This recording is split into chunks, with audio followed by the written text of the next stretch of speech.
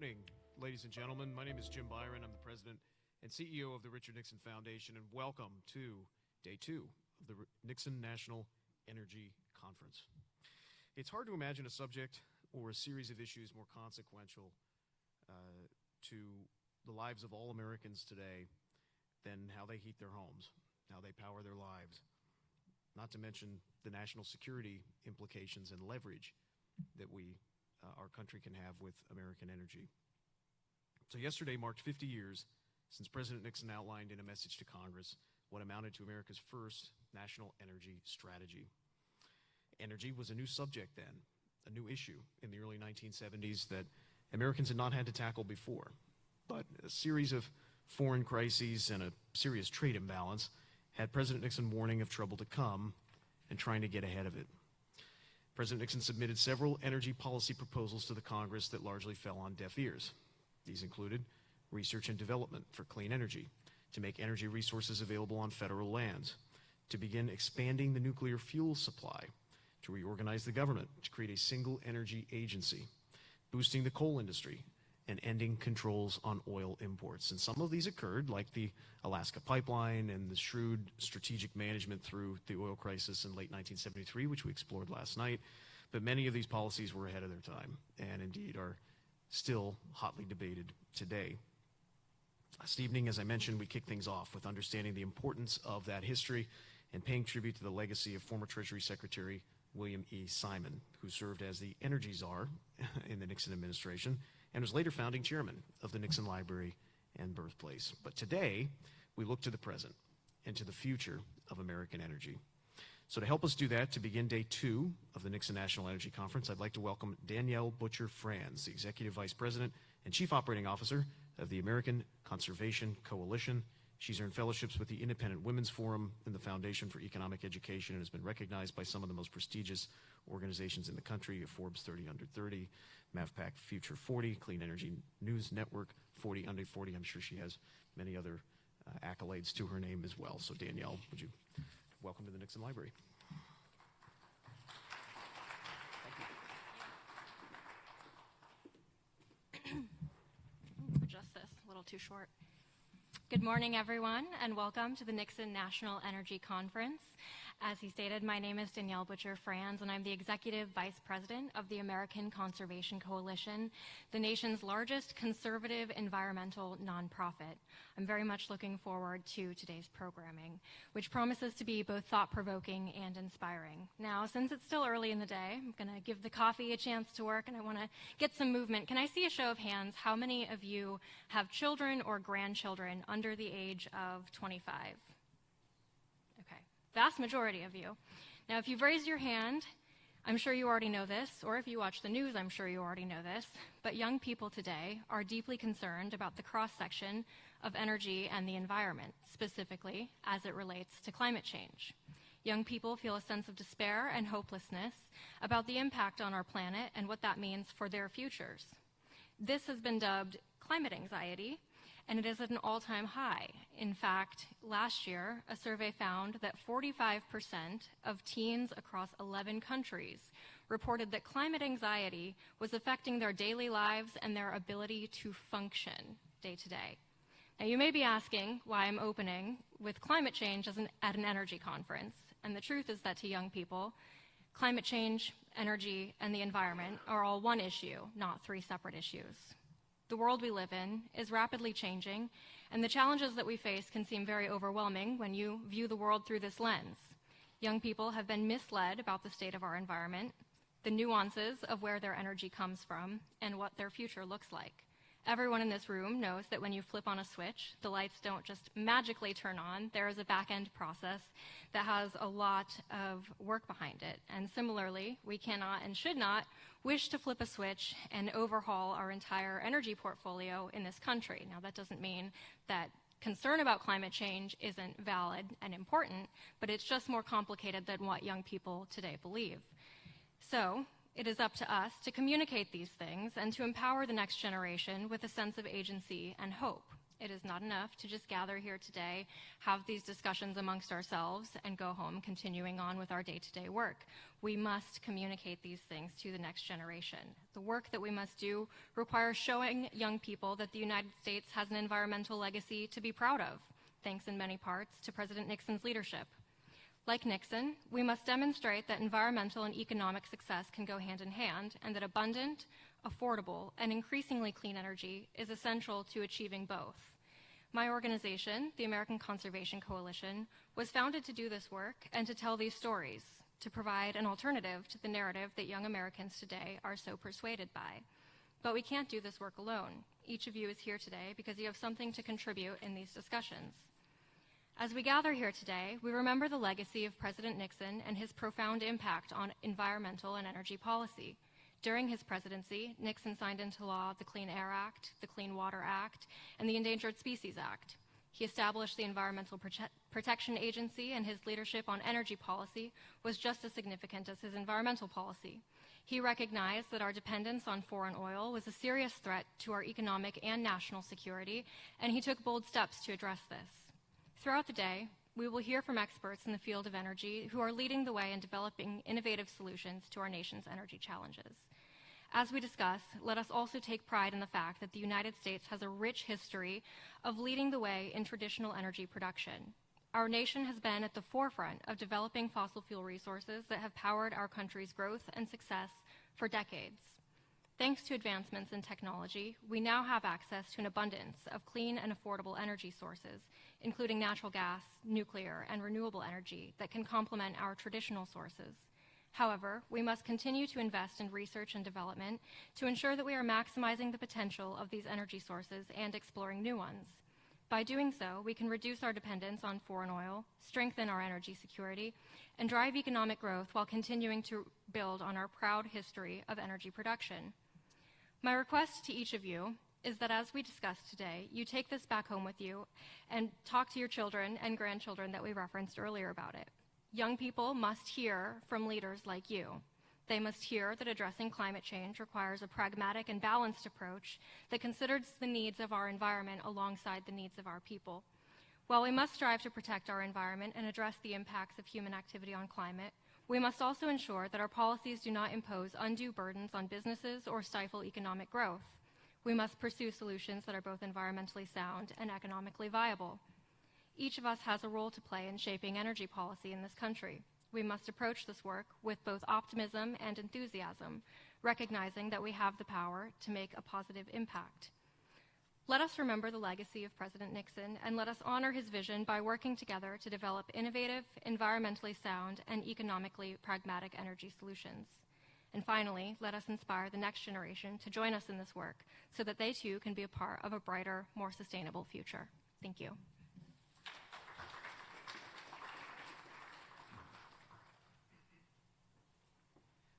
Thank you, Danielle, and I think that was great. I can't think of a better setup for what we're about to dive into today. So let's get into it. And that starts with, what is America's energy policy today? To introduce our panel and to moderate our panel, please welcome James Coleman, who's an energy expert, professor at Southern Methodist University, and a fellow at the American Enterprise Institute.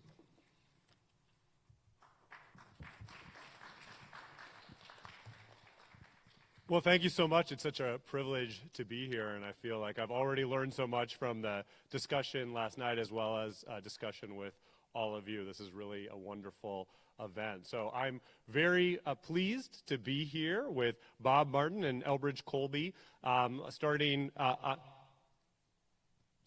the end. Bridge there it was the Deputy Assistant Secretary of Defense for Strategy and Force Development, and then Bob was the Commissioner, Department of Environmental Protection in New Jersey for 8 years under Governor Christie, as well as a partner at Accenture for 25 years, and has worked a lot with utility clients on getting the kind of both traditional and renewable energy sources built that are going to be so crucial to the topic of this panel, which is 21st century American energy policy. So I think maybe a couple important starting points, and then I will turn it over just for some initial remarks to both to both Bob and then to Bridge. You know, Mark Twain supposedly said that history doesn't repeat, but it rhymes. And so I think it's an incredibly important moment to be here at the Nixon Center talking about energy because of some of the ways that the history of the 1970s and President Nixon's presidency rhymes with the challenges that we're facing in energy today. Last night, John said that when you think about the energy crisis in 1973, those lines at the gas station and those increases in energy prices, the only thing that you can compare to that in terms of the impact on society is what we have just experienced in COVID. And I think it's really important to put ourselves back in that perspective and realize exactly how terrifying that was at the time and why that is. Because the reality is that things had changed incredibly over the course of President Nixon's career. Remember that for generations, the United States had been the global dominant producer of oil.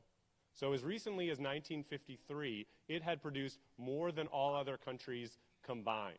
It was producing more than 50% of the world's oil. And that is what made it the preeminent global superpower. And generations had counted on that power, which was really a huge advantage for the United States, because it meant that the U.S. effectively, for a generation, controlled global oil prices that are such a crucial input to economic growth. And so if our producers needed higher oil prices, we lowered production. And if our country needed lower energy prices, we would increase production. We had that power because we were the dominant producer in the world.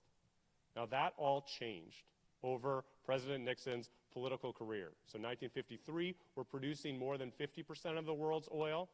By 1973, we're producing less than a sixth of the world's oil. And the dominant producer has become OPEC. And that power that previously resided in the United States, and especially with Texas, with the Texas Railroad Commission, which regulates oil and gas production, had all of a sudden, that power center had shifted to OPEC. And so OPEC, which when it was founded, it was specifically, the goal was to create what they called an International Texas Railroad Commission, to give OPEC the kind of power that the United States had taken for granted for generations. And the OPEC had previously tried to exercise that power, but unsuccessfully. There was actually a failed embargo in 1967 with the 6 Days War, but in 1973 was the first time it succeeded, where OPEC only reduced its production about 25%, but prices spiked as much as 7 times higher. Now think about how terrifying that is for a country that has always taken for granted it was the center of industry. It was the center of oil production. It could control oil prices and smooth them out, keep them high or low as it needed. And all of a sudden that power has been transferred to now the dominant oil producer, which is OPEC, which has explicitly said it's going to use that power to fight against American geopolitical power and our foreign policy. And so it's interesting how that relates to some of the challenges that we are facing today, because we are, again, the world's #1 producer of not just oil, but natural gas.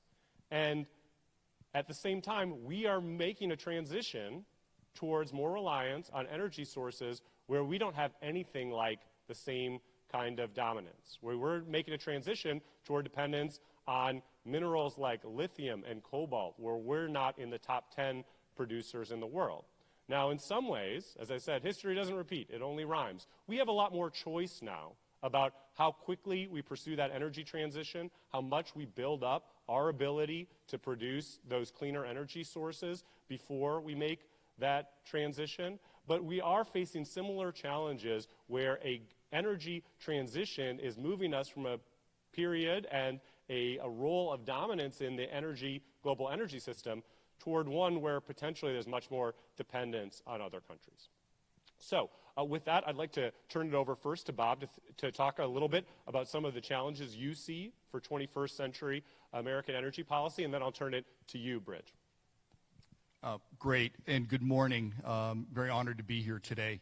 You know, it's interesting, last night, and we continue this dialogue around President Nixon and his vision, and you look at his, both in 71 and 73 and his messages, it's quite clear. He's looking very clearly at the mix of energy needs for this country, which include fossil fuel, includes nuclear. It also included clean energy. Very clear statements about that at the time, and efficiency. And he also talked about a full, comprehensive energy plan, which we currently don't even have here in the U.S. today, which is interesting. 50 years ago, he had that vision that was necessary to kind of lay that out. I recently published an article around kind of protecting America's energy security in this time of transition. You know, right now, the U.S. and the world are focused on a net zero carbon target for 2050. To do that, there is significant work that has to go into that, but you also have to look at how do we protect our energy security. Now, energy security to me is we need the abundance. That means you have to have the abundance and supply of energy in this country at an affordable price to make that work. And that's critical to have anything happen for the U.S. And those don't seem to be priorities right now that we're looking at in America. I mean, some of the stark realities are that today, 79% of the fuels that we have in this country that are consumed in the energy, 79% are fossil-based. So that's kind of the reality we have to face. We also have to face that only 12% are renewables fuels at this point in time. So fossil fuels, 79%, renewables, about 12%, and then you mix in about nuclear is about 9%. That's it. And so when we start looking out to 2050 and this runway of the next 27 years, we have to look at the fact that, we've got to make investments and continue those investments in renewable energies. That's critical for the long haul. We have to do that. But at the same time, we need to recommit, that reinvestment in fossil fuels in the U.S., especially around fuels like natural gas going forward. I think we've left a lot on the table with nuclear. Right now, with the small modular reactors, we have this opportunity in the future to bring in zero carbon fuels back into this economy, and not just here in the U.S., but around the globe to supply energy going forward. So I think there's an incredible opportunity ahead of us, but we have to face the stark reality of where we are today, where we're going to be in 2050, and what's going to happen going out into the future. There's a big discussion right now about how do we electrify this country, and that's great, but what's going to supply those power plants? If you just look at the very statistics that, the Energy Information Administration has laid out, their projections say that with renewable energy, we get to about 44% of the electricity generated from renewable fuels in 2050. Which means that most of the rest of that is natural gas going forward, unless we're able to fill in with nuclear or other fuels, or hydrogen or something else going forward. So there is really necessary, in technology and investments that we need to look at to make sure we're moving forward over between now and 2050, and then well into the next century. Bridge, I'll hand it over to you. Great, thanks, gentlemen. It's a pleasure to be on with you, and I'm just sorry I couldn't be there in person.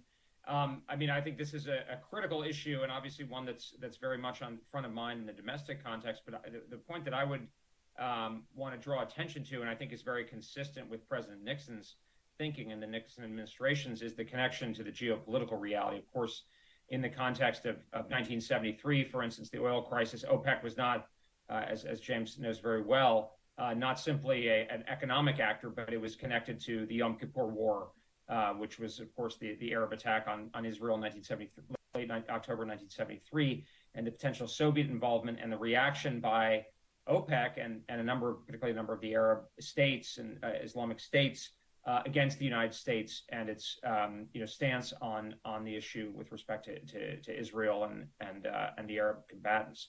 And this is, I think, a huge part. I wouldn't say the subtext. It's sort of the context in which a lot of this thinking about how to manage that new reality of the United States not being necessarily the dominant oil producer at the time. It was very much front of mind in the Nixon administration. I think that's very relevant for today, where, fortunately, the United States has resurged over the last couple of decades as an oil and natural gas producer. In my own view, not nearly enough taking advantage of that capacity as it should be. I think that's a major, sort of mistake, both economically in terms of the kind of economy we have at home, but also from a geopolitical perspective, not only in terms of our own needs, but being able to supply other countries with our own natural resource production. And we've seen how relevant that is in the context of Europe in the wake of the Ukraine war, where they're decoupling from the Russian energy production. And it would be great if we could have higher production levels to help support that.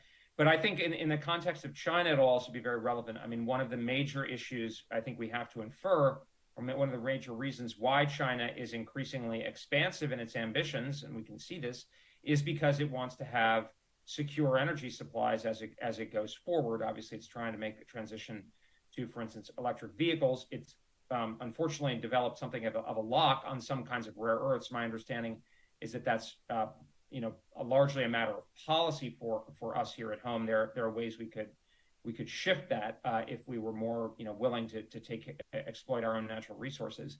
But that's the reality that that can't be solved from one day to the next. But I think the energy dynamic is going to be huge. Obviously, the moves that the Chinese are making in for instance, brokering an agreement, however superficial, between Iran and the Kingdom of Saudi Arabia is, of course, connected to the energy element. The reason that the KSA in particular is important is basically because of energy, but it makes it very important. And the Chinese and the Saudis apparently are now at least conducting some transactions in yuan-denominated variant. So I think this is going to be a major element going forward, where we're going to need to think about the geopolitical element and the energy element in an intimately connected way. And of course, that's not new. That's not a new idea in the context of the energy discussion. But I think it's going to be much more so even than was the case over the last few decades.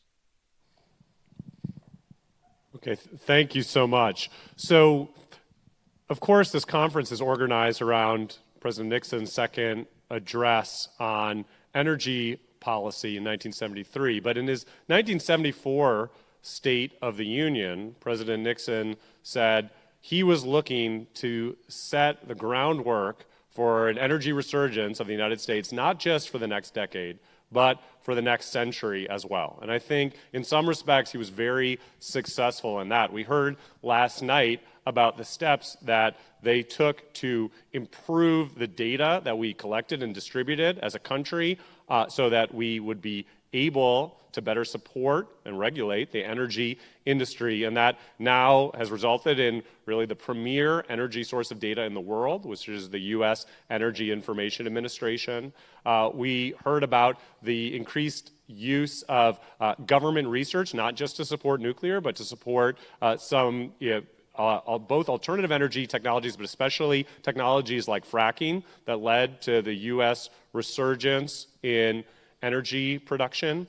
And we talked about the deregulation of natural gas, which again was crucial to America's resurgence as an energy producer, along with the Alaska pipeline and some of the other topics that we've discussed.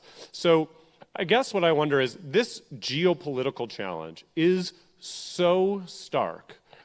We're talking about oil and gas, where we are far and away the #1 producer of both oil and natural gas, and moving to dependence on commodities where we are way down the list. I already mentioned that for lithium and cobalt, we're not even in the top 10 of global producers. And some of the big producers of those are not necessarily friendly with the United States. Even worse, if you talk about processing of critical minerals, more than half of that happens in China, which we, of course, have increasing global tension with. So this is a very stark challenge. The more we move away from oil and gas, the more we're dependent on supply chains that, at least as of now, are very dependent on sometimes hostile powers, certainly not always within the United States. Now, I wonder, Bridge, if you were to put yourself in the position of somebody trying to do what President Nixon did, addressing that geopolitical and energy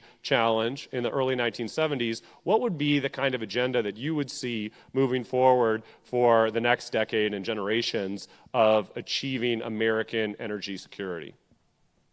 Yeah, well, I think it's probably pretty similar to kind of the idea that President Nixon was laying out. I mean, one is I I kind of fail to see why we wouldn't exploit our own natural resources at home more actively. I mean, I take the point about climate change and so forth. It's not my area of specialty, but climate change is not immune, and dynamics around climate change are not immune from geopolitics. In fact, they're intimately correlated because it relates very intimately to future growth and differential growth.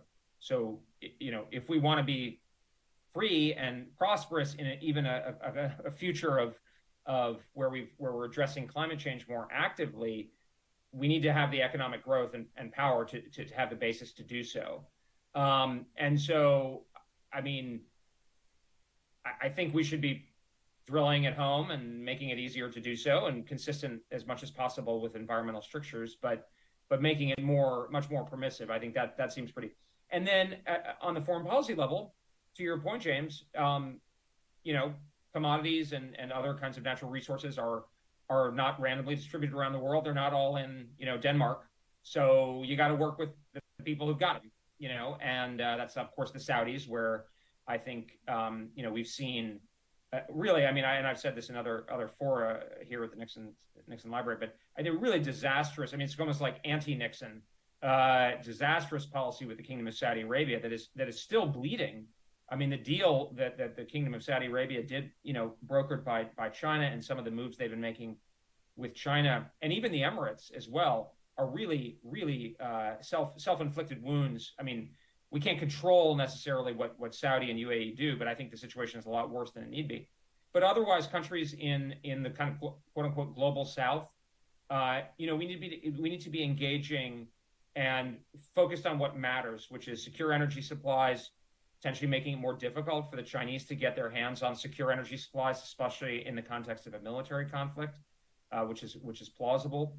That's sort of the way that we need to be looking at it, and I think that's pretty different than what we're doing right now. And I would say also, trying to maybe leverage vulnerabilities and diminish China's own leverage. Electric vehicles is a great example where, a lot of the leading car companies in the EV market look likely to be Chinese in the coming years. The Chinese, for reasons that I think have more to do with policy, have a lot of the processing that you talked about, James. Why are we allowing them to have a stranglehold? I mean, it's kind of a potential semiconductor level vulnerability, even worse because the Chinese themselves control it rather than a neighbor like Taiwan.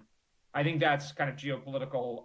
It's imprudent at best, and we need to be thinking about, how do we secure our own supplies? How do we make that as resilient and as cost efficient as possible? And that's, I think, the approach. My sense is the approach that President Nixon would have taken. Thank you so much. And Bob, if you have any thoughts, and I'll say for both of you, we have reached the more casual part of the moderated discussion, so feel free to ask each other questions as well. Let's see. I want to pick up the thread around supply chain aspect of this.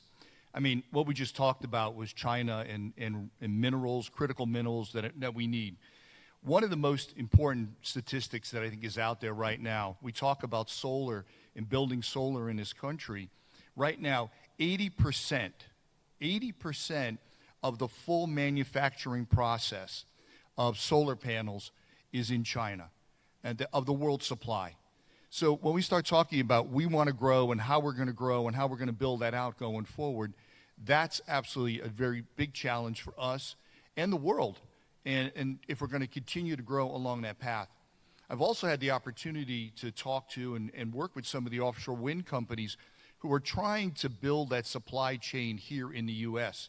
And when you start thinking about how do you start to build out, supply chains, besides we talk about how do we mine and produce critical minerals here, the other part to that to me is very, very important is how do we build everything from wind turbines to nacelles to all the other components that right now will have to be brought in and imported from other countries, which is probably good because we have a lot of trade partners.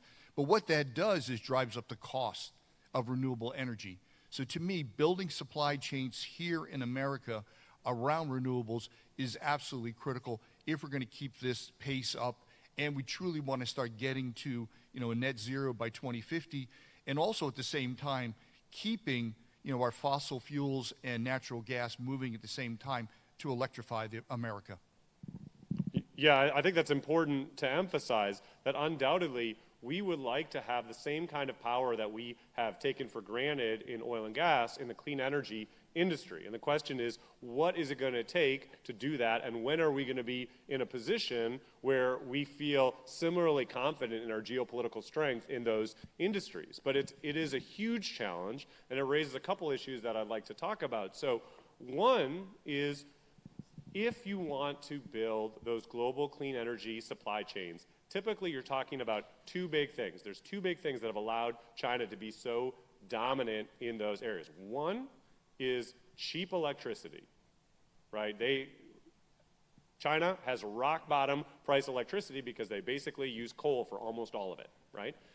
Two is you want mining, because it is so dependent on those commodities, not just some that are mostly needed for the new energy transition, like as I mentioned, graphite, lithium, cobalt, et cetera, but also ones like copper and zinc that we have mined for a long time but are going to need to ramp up a lot if we're going to achieve this energy transition.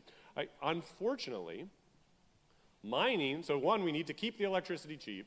Two, we need to develop mines, and mines have been incredibly challenging. I mean, one very interesting thing about the new administration is they've authorized, depending on how you count it, $400 billion to $1.2 trillion in new spending on clean energy technology, right? So that's basically $3,000 to $9,000 for every American household in the United States. That's what we're going to be spending on clean energy technology. Now, what's that for? Well, we need copper mines, et cetera. When copper mines have come before this administration, are they approved? No, in fact, they have been rejected. So it's interesting that the U.S. government finds it easier to spend maybe $1 trillion on clean energy to authorize than to permit a single copper mine in the United States. And so I think one of the huge challenges is reforming our permitting system so that we are able to develop those technologies here in the United States. And that is particularly urgent, not just from mining, but also to the extent that we want to use renewable energy to limit our carbon emissions. Because one of the central ironies of the energy system is that oil and coal, dirtier to burn, undoubtedly, but they are the reason they built the modern world is they're very easy to transport and store. If you get oil out of the ground, you can find somebody to buy it because you can send it by rail, by water, by truck, etc. If you take our cleaner energy sources, if you talk about electricity from renewables or hydrogen, carbon capture, those are all dependent on linear infrastructure, on pipelines and power lines. And if those power lines aren't built, the renewable energy won't be built. And so one of the big challenges, Bob's from Princeton, there's a Princeton report out on the spending, this tremendous spending that we authorized in the so-called Inflation Reduction Act, and what it concluded is effectively it would have almost no benefit for that $3,000 to $9,000 that each of our American households are spending unless we quickly speed up permitting of power lines, hydrogen, and carbon dioxide pipelines around the United States. Obviously, the nightmare is that it ends up like high-speed rail, where we spend billions, and as far as we can tell, we may never get anything. And so I wondered, on this challenge of permitting, which is, it's part of H.R. 1 in Congress, the Builder Act, we saw it's kind of built on what I thought was kind of somewhat ineffective proposal for reforms from Senator Manchin. But I think these new reforms that Congress is looking at are more serious. What do you think we need to do on permitting, and what are your hopes as far as what we're going to get done? And I'll start with Bob. On the permitting front, I've had a front row seat at DEP in the state of New Jersey on offshore wind. In fact, Governor Christie signed the first offshore wind act of any of the states. But we were looking, but that was very much to very tightly tied to economic growth and supply chain and all those other pieces of it. But what I've watched is, and I think this is an interesting issue right now, right? Because it's holding up, NEPA is holding up the development of everything from, as you mentioned, James, the infrastructure around electricity transmission, which is absolutely necessary, which I want to talk about later because I think that's an important aspect of it. But it's holding up pipelines, it's holding up offshore wind, it's holding up development of fossil fuels and developments there. So and you Bob, look, NEPA is the National Environmental Policy Act, which is right. what the federal government uses for environmental review when it has to permit these projects. So that's the federal permitting, and that federal law, reigns over any state laws around any of it. So even under that, there's several state laws that fit underneath it, but NEPA is it at the end of the day. And you watch some of these projects which have been held up for a lot of different reasons under the guise of NEPA. Everything from pipelines to transmission lines to everything else have been held up dramatically over the years on, kind of on the fossil fuel side. It's kind of funny over here on the, if you will, at the renewable world side, they got the same issue. They're complaining that the groups there and its developers there are complaining that it takes so long. I mean, Vineyard Wind, what is it? They're in their 13th, 14th year, whatever it is. They still have not gone live with their project off of Massachusetts. So you look at what NEPA has done or how it's been used as a tool to keep projects from moving forward, whether it's over here on the fossil side, it's the transmission side, or over here on the renewable side. So across the board, we really should have some political consensus that this needs to be fixed. It doesn't mean we need to lower our standards on environmental protection. I mean, having been a commissioner defending that in one of the most polluted states in the country that has the largest number of Superfund sites anywhere, I would never advocate for that. But I would advocate that we've got to put things on a timeline that if they meet the requirements, let's move it forward. Let's not let it hang on forever. Bridge, you want to offer some thoughts on that? Gentlemen, this is your area of expertise, so I'll pass on this one. Thanks. Yeah, I think one of the challenges. I mean, I would put it. There's really two big challenges when it comes to permitting new projects, and they're strongest for those linear infrastructure that has to pass through multiple jurisdictions, through multiple states. So think of natural gas pipelines, think of hydrogen or carbon dioxide pipelines, think of power lines to bring renewable energy to market. And the two sets of challenges that I would see is one is states or sometimes local governments blocking projects that need to come through their state. And then the second is the increasing length of that federal environmental review under the National Environmental Policy Act. And so when I said that I didn't think that Senator Manchin's bill did enough on this, basically what Senator Manchin's bill was proposing was to get rid of the state roadblock problem by putting more of the decisions with the federal government. Now, that would be great if the federal permitting process was a good one. But right now, that is also taking a lot of time. So, projects that traditionally receive federal review, for instance, natural gas pipelines. The problem is there are so many ways to stop those projects in court that we've seen multiple projects, the Penn East pipeline, the Atlantic Coast pipeline, that for both of those projects, they had all the federal approvals they were supposed to get. They defended those federal approvals all the way to the Supreme Court and won in the U.S. Supreme Court. But they were held up by so many challenges that they were actually not able to go forward and eventually had to cancel those projects. So the problem, I think, with Senator Manchin's bill is because it didn't reform the federal permitting process, there's no benefit to giving everything federal reviews if the federal review process is not actually going to allow any projects to go forward. And this is such a critical issue for deployment of renewable energy. Right now, there are so many solar and wind projects that have been proposed. They even have their financing together, and they all 80% of those projects, 85% of those projects die before they're actually constructed because they're waiting for a connection to new power line that will take them to market. And those are impossible to get because we don't have enough transmission. So it's a huge challenge. I would encourage you to watch it closely because Congress is talking about it right now, how to reform permitting. It's a very important issue. Okay. James, I want to jump in on the transmission piece of it because I think this is the part that seems to get forgotten quite often. In the infrastructure bill, there was at least some component, the federal infrastructure bill that was passed, there was at least some component that focused on transmission. And right now, the grid in the United States, 70% of the grid is at least 25 years old. The average age, so the average age of the grid itself, which is 600,000 miles of transmission lines and substations across the country. Right now, the average age is 40 years old. So think about that. Some of this stuff has been designed, the grid's been designed going back to the 40s, 50s, and 60s. Think about the technology changes that have occurred. So we need a modernization of the grid dramatically.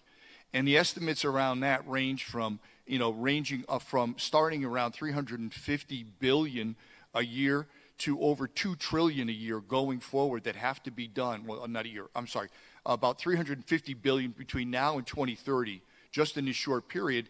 And by 2050, we need to spend like $2.7 trillion on that grid upgrade.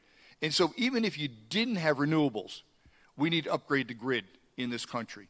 And I think that's an important aspect. But now when you start talking about putting on all these renewables, you have to have a grid that's available, it's modernized, you can control it, you can manage it with all these renewables coming on board. Yes, it's a huge challenge, and it's not just the electric grid that is aging. And unfortunately, I think one way simply you can think about it is that we're not going to be able to transition to a new energy system until you can build that new energy system. And we're not going to be able to shut down our existing energy system until we've built that new energy system. And if you look at oil pipelines, the average oil pipeline was built before 1970, which is before, under President Nixon, the National Environmental Policy Act, that environmental review statute, was passed. So, there are our pipelines. We had pipelines that were built on an emergency basis during World War II, like the Big Inch and Little Inch pipelines from Texas to the East Coast, because German U-boats were sinking our ships going around Florida to the East Coast. Now, you might think, oh, those pipelines built in emergency, we probably shut them down long ago. No, those pipelines are still in service to this day because we can't build enough infrastructure to retire our old infrastructure. So it is a giant challenge. I wanted to talk about another big challenge that we're facing, which is how do we get enough investment in the energy system to ensure our geopolitical security as well as the affordability of energy? Because one other way that our current day is rhyming with the history of the 1970s is that we have these elevated prices. And one of the things that when prices were elevated in the late 1970s and the early 1980s, the way that we dealt with that, the way we finally killed inflation, Paul Volcker killed inflation, was by raising rates. And that really tanked the economy for a bit, but the economy came roaring back on the back of new cheap energy supplies that had been developed over the 1970s. That drilling in Alaska, the Alaska pipeline, lots of investments that had been made in the 1970s. So one challenge right now, we have the Federal Reserve raising rates, trying to get inflation under control.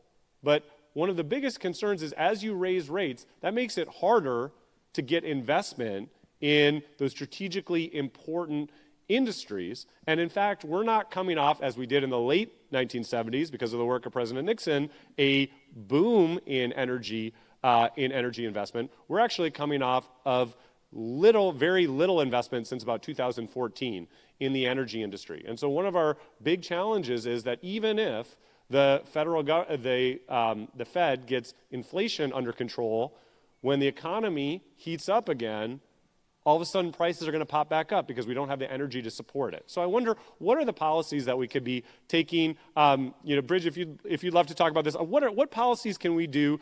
Can we make to ensure investment in the energy sources that we really need to secure both our geopolitics and our economy?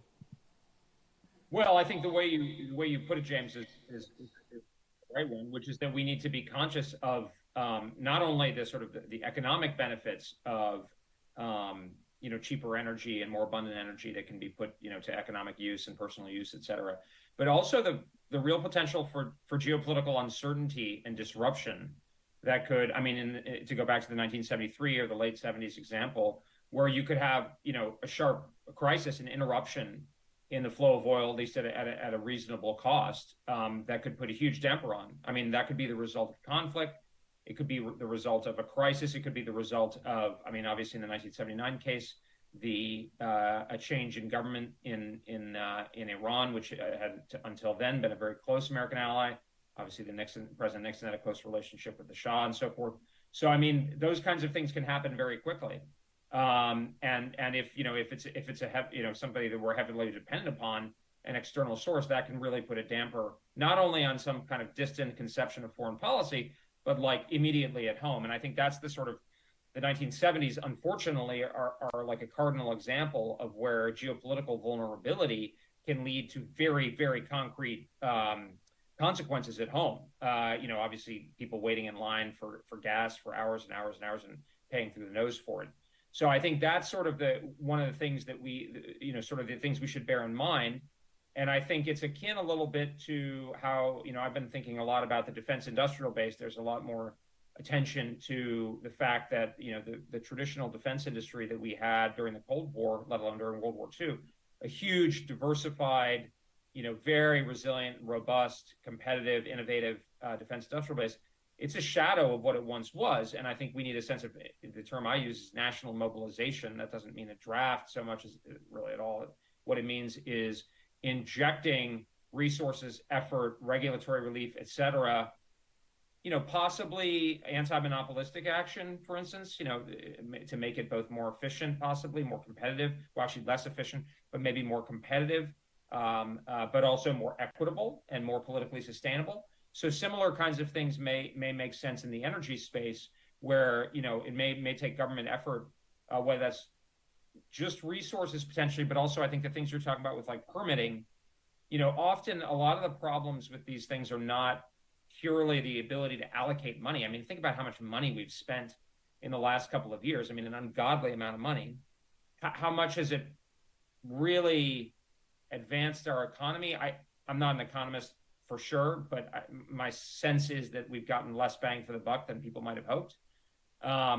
And so often it may be less the direct infusion of government money, people's money, obviously used by the government, but often like a different perspective towards regulation. In the case of the defense industrial base, it might be, well, we're going to waive this review process that takes a year. And we're going to say, well, we were thinking of building a new facility in one of the trust territories or one of the former trust territories in the Pacific, but there's a bird that, the environmental requirements will delay that for 2 years.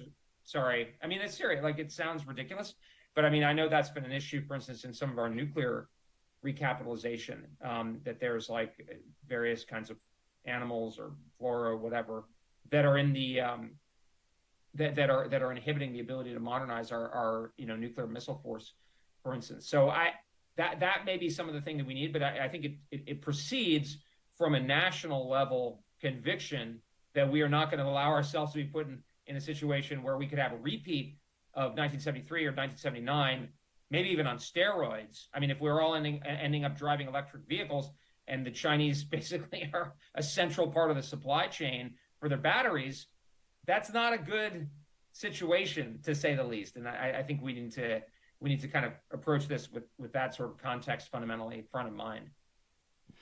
One of the things I think is critical is that we set, to me, the private sector is absolutely critical to driving down cost of energy, to build out exploration, to build new nuclear, to build renewables going forward. There's no doubt, some incentives from the federal government, state governments is good. But at the same time, we need to set the environment, I would call it the regulatory economic environment around that allows companies to make investments.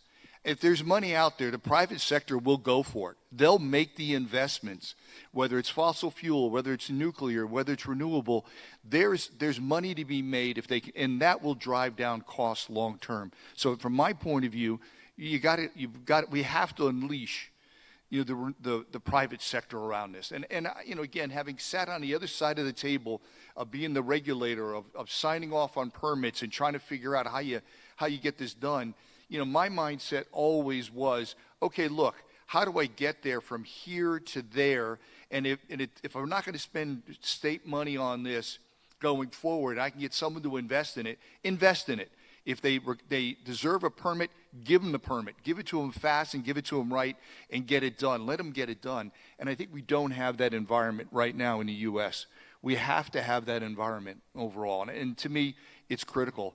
You know, and one of the comments that, you know, one of the perceptions that I have right now is, you know, coming back to the broader picture, James and Bridge, you know, to me, one of the big things in the U.S. right now is we do not have an energy policy in the U.S. We have a climate change policy, but we don't have an energy policy.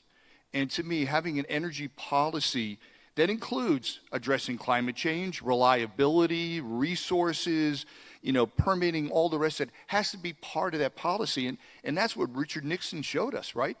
He showed us that you can put all those pieces together and it can work. And I feel like that's what we need right now is a true comprehensive energy policy around it. And I think part of that, to me, has to be unleashing the private sector. Yeah, and I think that undoubtedly, if we take these issues seriously, we can solve them. And in fact, we just need to take them seriously. So one indication you have of this is the time for a permit has kept going up and up, even though presidents said they were trying to speed it up. And so we're now at the point where for an environmental impact statement under NEPA, under the National Environmental Policy Act, on average it takes more than 5 years to get those. But if you look at what's happened with the energy crisis in Europe, Germany permitted and built a floating regasification, liquefied natural gas receiving terminal in 5 months. Right? How is that possible? Well, they desperately needed the natural gas and they took it seriously. And so I think if we take it seriously, we have that ability to move more quickly and more strategically. Now, this is another question for Bridge. How do we balance some of our commitments to different parts of the globe? So one thing that's happened as a result of the crisis in Ukraine is that U.S. liquefied natural gas, which is where you take natural gas, you cool it most of the way to absolute zero, so it becomes 400 times smaller. You can put it on a $250 million refrigerated vessel and send it overseas. And that's the only way to transport natural gas overseas. So the United States became almost overnight, in a matter of a couple years, went from zero liquefied natural gas exports to the world's largest liquefied natural gas exporter. And we're shipping that mostly to Europe to help it deal with Russia cutting it off of natural gas.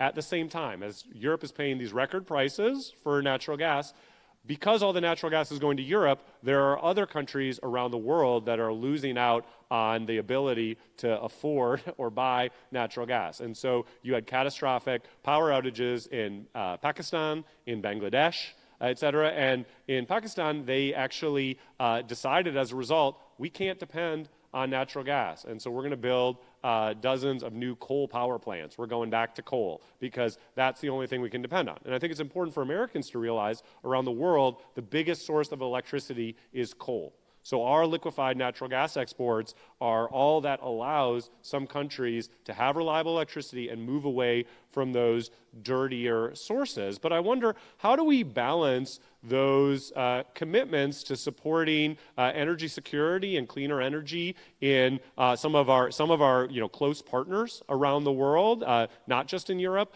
versus our need to support Europe through the current crisis, which in some ways they're making worse by shutting down their own nuclear power plants. Well, I hadn't heard about this one, but it just makes me feel worse because it's a classic example of prioritizing Europe where there are consequences elsewhere. I'm not saying it's wrong to send LNG to Europe at this stage. In a lot of ways, it makes a lot of sense, but there are reverberating effects.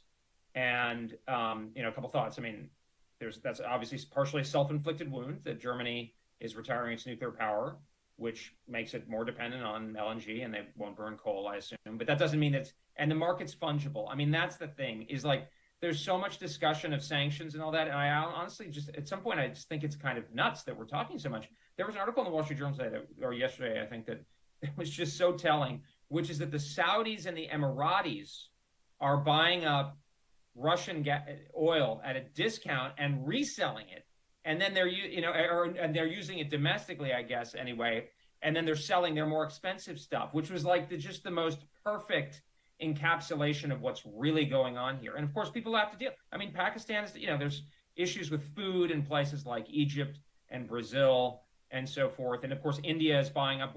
India has 1.4 billion people. They are going to need energy. They're going to get it. And, our national conversation, particularly in Washington, is telescoped in on Europe, and that most of the world doesn't live in Europe. I love Europe. Great place. Really important. A lot of allies. Not the center of the world. Certainly not the only place in the world. And the Russians have a lot of stuff that people need. And, this is not just our enemies, quote unquote, saying this. This is like our allies or partners. I mean, the foreign minister of India, Dr. Jaishankar, is very, I think he's very straightforward. I think he's very reasonable on this point. He says, look, Europe's problems Europe thinks that its problems are the world's problems, but the world's problems are not its problems. And this is a perfect example of that. And again, I think, look, if you're in this situation, the Russians have started a war, we have to react. Don't alienate Saudi Arabia and UAE. Make sure that you can work with them. Work with African countries or Latin countries that you might not like, or you might have objections to their government. But look, you're out there, you got to be practical. And I think this is, I actually think our whole approach on this is, it's almost like coming apart at the seams. I mean, the sanctions are basically not working even against Russia. Certainly they're not changing Russia's policy. In fact, Russia's doubling down. And I mean, the Chinese defense minister was there with specialists on defense cooperation, and they apparently signed, or at least were finalizing, a large number of agreements that Russia's becoming a sort of resource economic colony's a little strong, but junior partner to the Chinese. So the world is adapting, and we need to make sure we're on the advantaging side. There's no winning, there's no final victory in the world, but I think we're in this position where we're sort of like plaintively talking about the rules-based international order, whatever that is, instead of making moves and saying, look, we got to work with people, we got to be very realistic. And also, our rhetoric doesn't, this sort of rules-based international order rhetoric and the Ukraine and democracy versus autocracy, Pakistan's a great example. People are potentially they're at brownouts. There's power. Look what happened in Sri Lanka with the government there. People have got like much more first-order problems. Those are sort of first world problems that they I think is basically the vibe. And we're, out living in that world, the Munich Security Conference, and that's not the world that is going to matter. And I think this is something for us to really adapt to. The best thing we can do, I think, is generate as much of our own economic capacity and energy production capacity as possible, commodity exploitation, production, industrial production, but also make sure we're partners with the countries that actually win. One small anecdote, I had the chance to speak with George Shultz a few times before he passed away. Obviously served in the Reagan administration, was Secretary of the Treasury, and I think director of the OMB in the Nixon administration, or was he Secretary of Labor? Anyway, certainly Secretary of the Treasury. But he said, I asked him one time, because I figured, this is sort of a historic thing, why did we win the Cold War? And in his view, he said, what basically happened was that we rearmed, our economy got going again, the Soviets were in trouble, and we had the world's other largest productive economies on our side, Japan and Germany, basically, and sort of ancillary parts of Europe. And that was it, And I mean, that seems like a pretty good policy for us to pursue. Not sure it's what we're pursuing right now, though. James, question for you. Right now, policy in the U.S., given the current administration, regulatory and others, how do you think that's affecting investment in the U.S. across the board? What do you think is happening? What do you think executives are thinking and boards are thinking, whether you're an energy producer, supplier, oil company, whatever? How do you think they're thinking about the regulatory environment and political environment that you try to go into?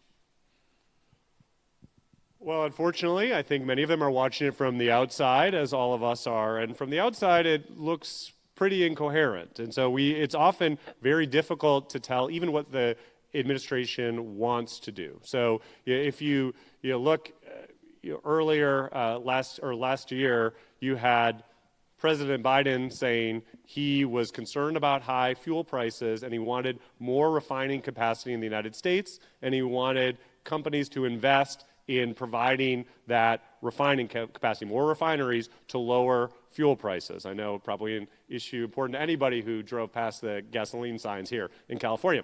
And unfortunately, Secretary of Energy, Secretary Granholm, the same day went on CNN, and when she was asked, do you want these refineries to still be open in 5 or 10 years? She said, oh, well, no, we have to make a transition. Well, that unfortunately reveals either you don't know what you want or a complete lack of understanding of how any industrial process works, where you have to make an investment that's going to pay off in a facility, 5 or 10 years down the road, that's going to have to operate for 10 or 20 years at least to have any kind of return. So unfortunately, it often seems incoherent. And I think that is, when the president is often saying, oh, I want more oil and gas drilling, but resisting actually what's in his power, which is leasing more oil and gas on federal land. And so I think that kind of incoherence, I think people underrate how much of a problem it is for investors that are trying to decide whether to put millions and often billions of dollars on the line investing in American energy over the long term. And so I think it is crucial.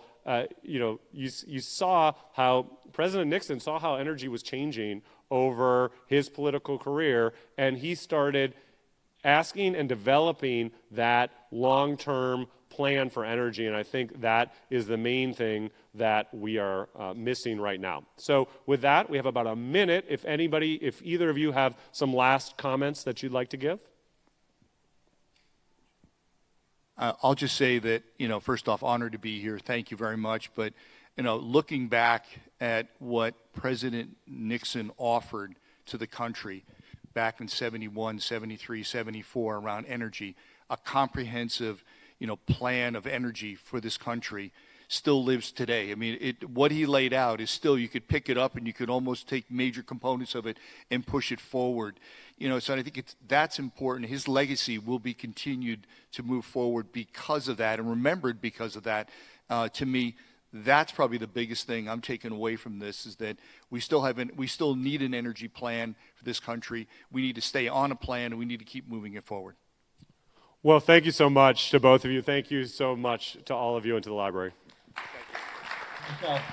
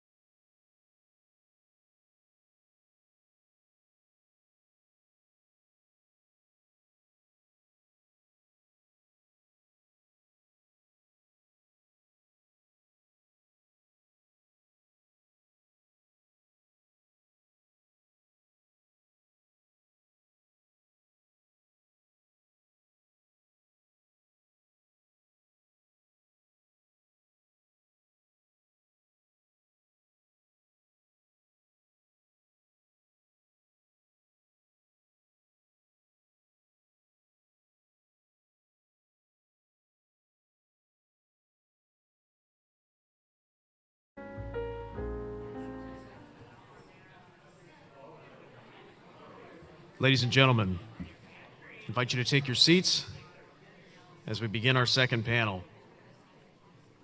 Last November, the Richard Nixon Foundation launched the Grand Strategy Summit in Washington, D.C.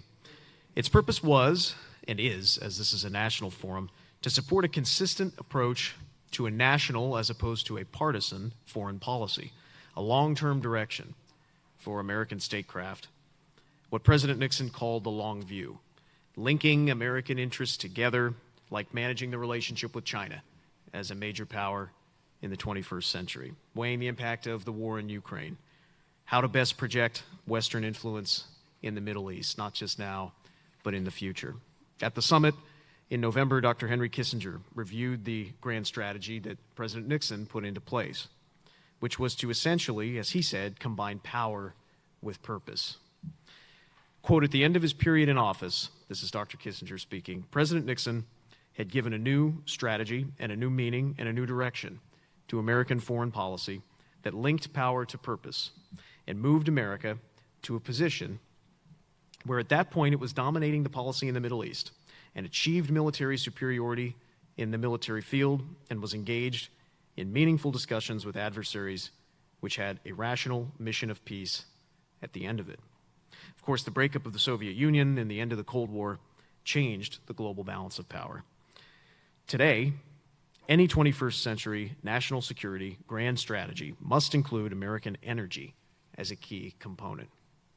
So our second panel, Energy as Grand Strategy, will now begin. And it's my pleasure to introduce Dr. Luke Nichter, the James H. Kavanaugh Professor in Presidential Studies at Chapman University. Dr. Nichter is the author of nearly a dozen books, including his most recent, The Last Brahmin, on the life of Ambassador Henry Cabot Lodge, and Dr. Nichter will introduce our panelists.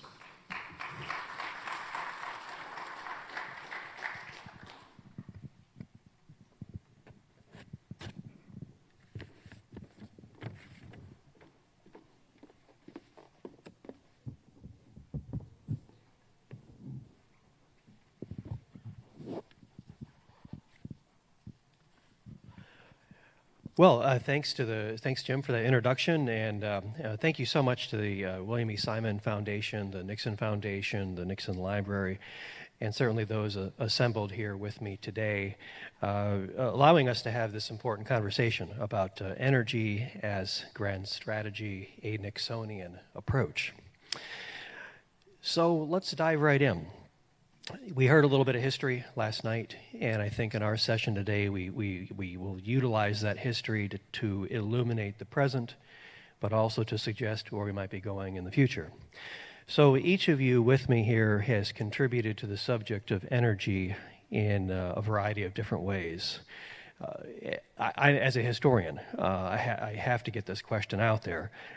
Before I get into the specific questions that I have for each of you, I'd like to ask you to comment on two observations that I've made after coming through the White House records, since we're in the library building, especially tapes regarding energy. So first, listening to the tapes on energy policy, which are still largely untranscribed, even 50 years later, you can see President Nixon in real time feeling his way into an unknown area. It's a domestic challenge, it's a foreign policy challenge with bilateral implications, it's a foreign policy challenge with multilateral implications, it's a trade, balance of payments challenge, and of course an environmental challenge. Fast forward to today. What's changed? How should Americans today see the challenge of energy? Well, thank you, Luke, and thank you to the Nixon Library. This is a wonderful event. Really appreciate all the support that went into it. And reflecting on President Nixon and his approach to energy, it brought to mind my exciting days on the Trump transition for the National Security Council staff when KT McFarland asked me to go back and read the national security strategy that Dr. Kissinger had produced during the 1968 campaign and was then delivered to Congress in 1969. And what struck me about it was the two topics that were really all-consuming to Kissinger, being the Soviet Union and Vietnam, were 50 years out, to a degree irrelevant. The Soviet Union, although Mr. Putin may have different views, no longer exists. And Vietnam, quite frankly, many Americans would struggle to find on a map. But for Kissinger in 68, 69, these were all consuming. And reading the strategy, what really came home to me, the critical lesson that Nixon and Kissinger were teaching us was to have a strategy and to think, 10, 15, 20, 30 years down the line. And in terms of energy strategy, then President Nixon very effectively did that 50 years ago. And I think, as we discussed in the previous panel, these can have very important lessons for us today. And so what I'd like to address as we go forward is what a national energy strategy for the United States looks like in 2023. Right now, our strategy is to get to net zero by 2050 by whatever means. And that is it. And I think if we go by our current circumstances, that will be a Pyrrhic victory. There are ways we can get to net zero. I don't know that 2050 is any better or worse than any other arbitrary date, but the process by which we get to net zero, I think, is critical, and that we can think about that in a very Nixonian strategic way, and the United States can lead the world in that process. So thank you. Please. Thank you so much, Luke, and I want to really say a big thank you to the Nixon Library and the Nixon Foundation. It's so great to be here in person. Just to step back for a second, for the audience and those watching online, what is grand strategy? Professor John Lewis Gaddis says that it is the application of means to large ends.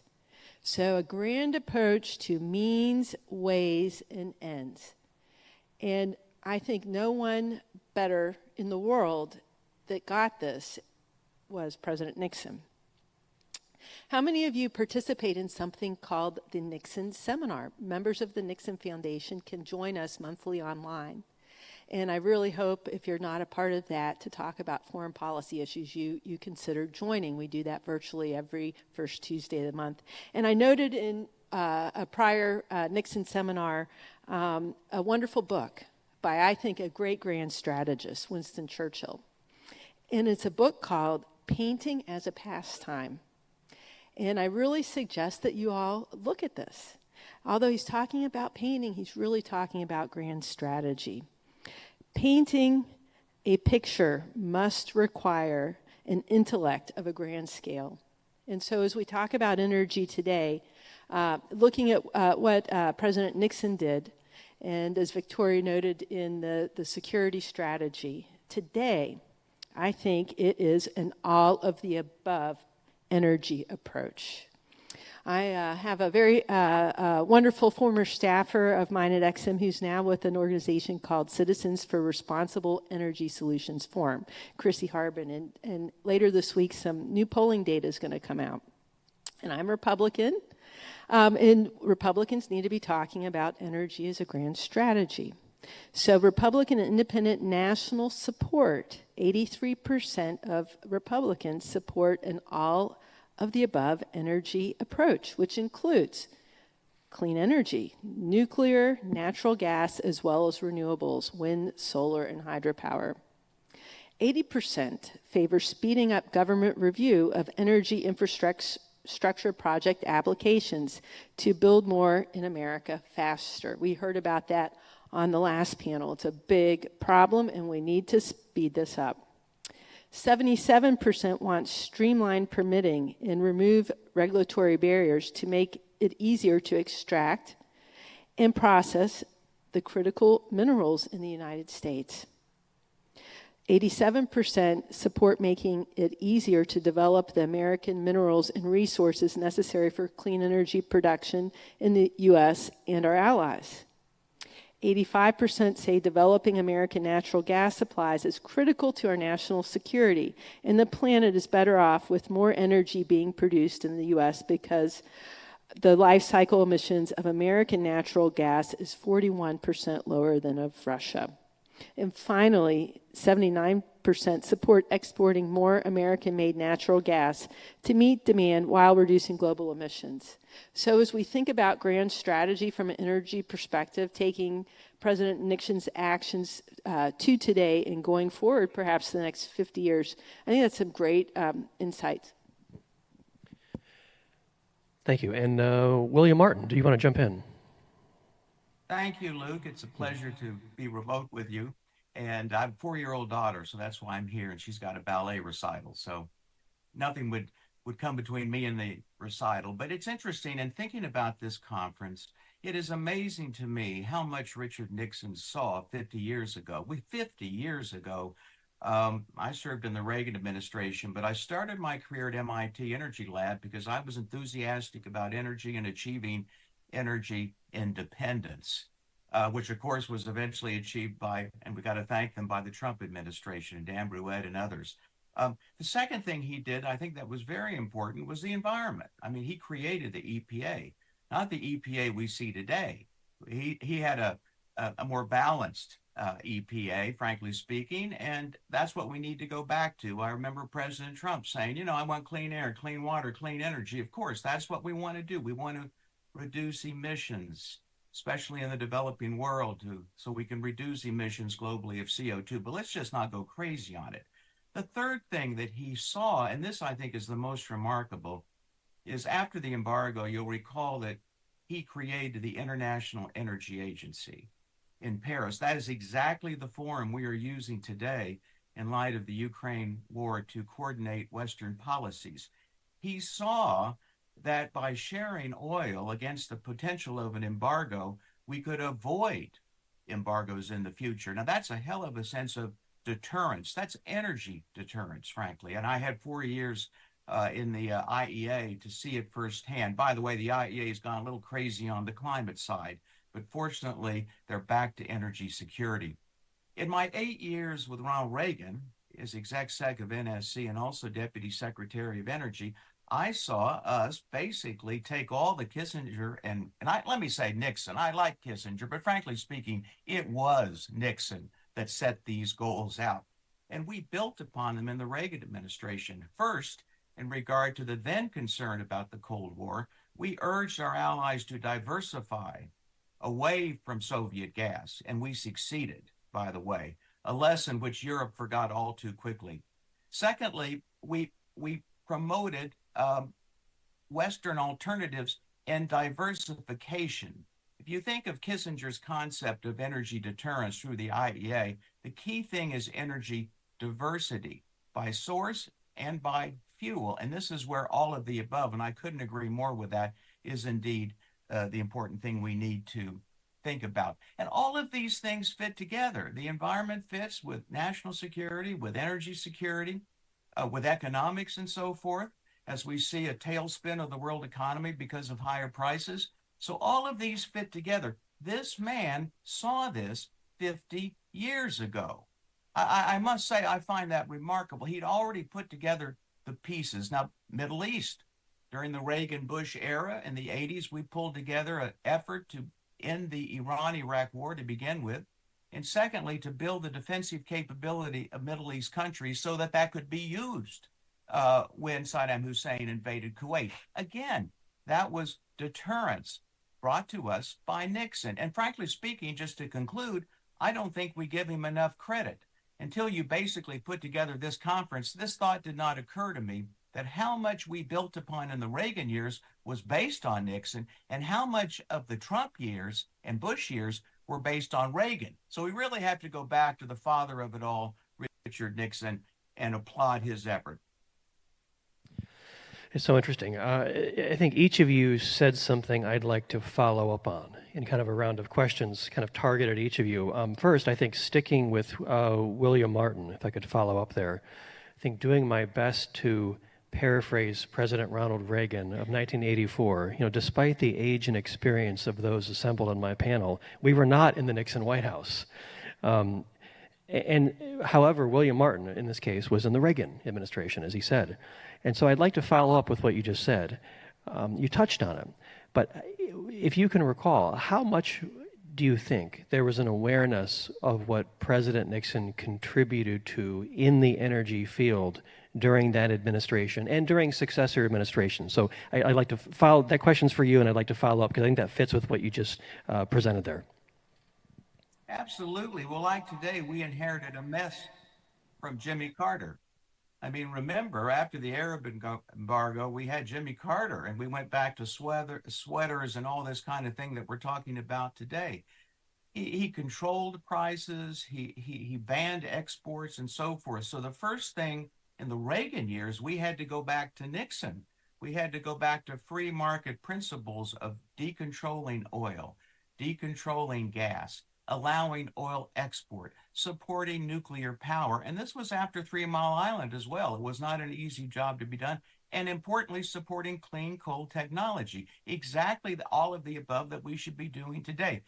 So that number one, energy, we continued energy independence, or at least striving for it. We didn't achieve it, but we put the signals in the right place.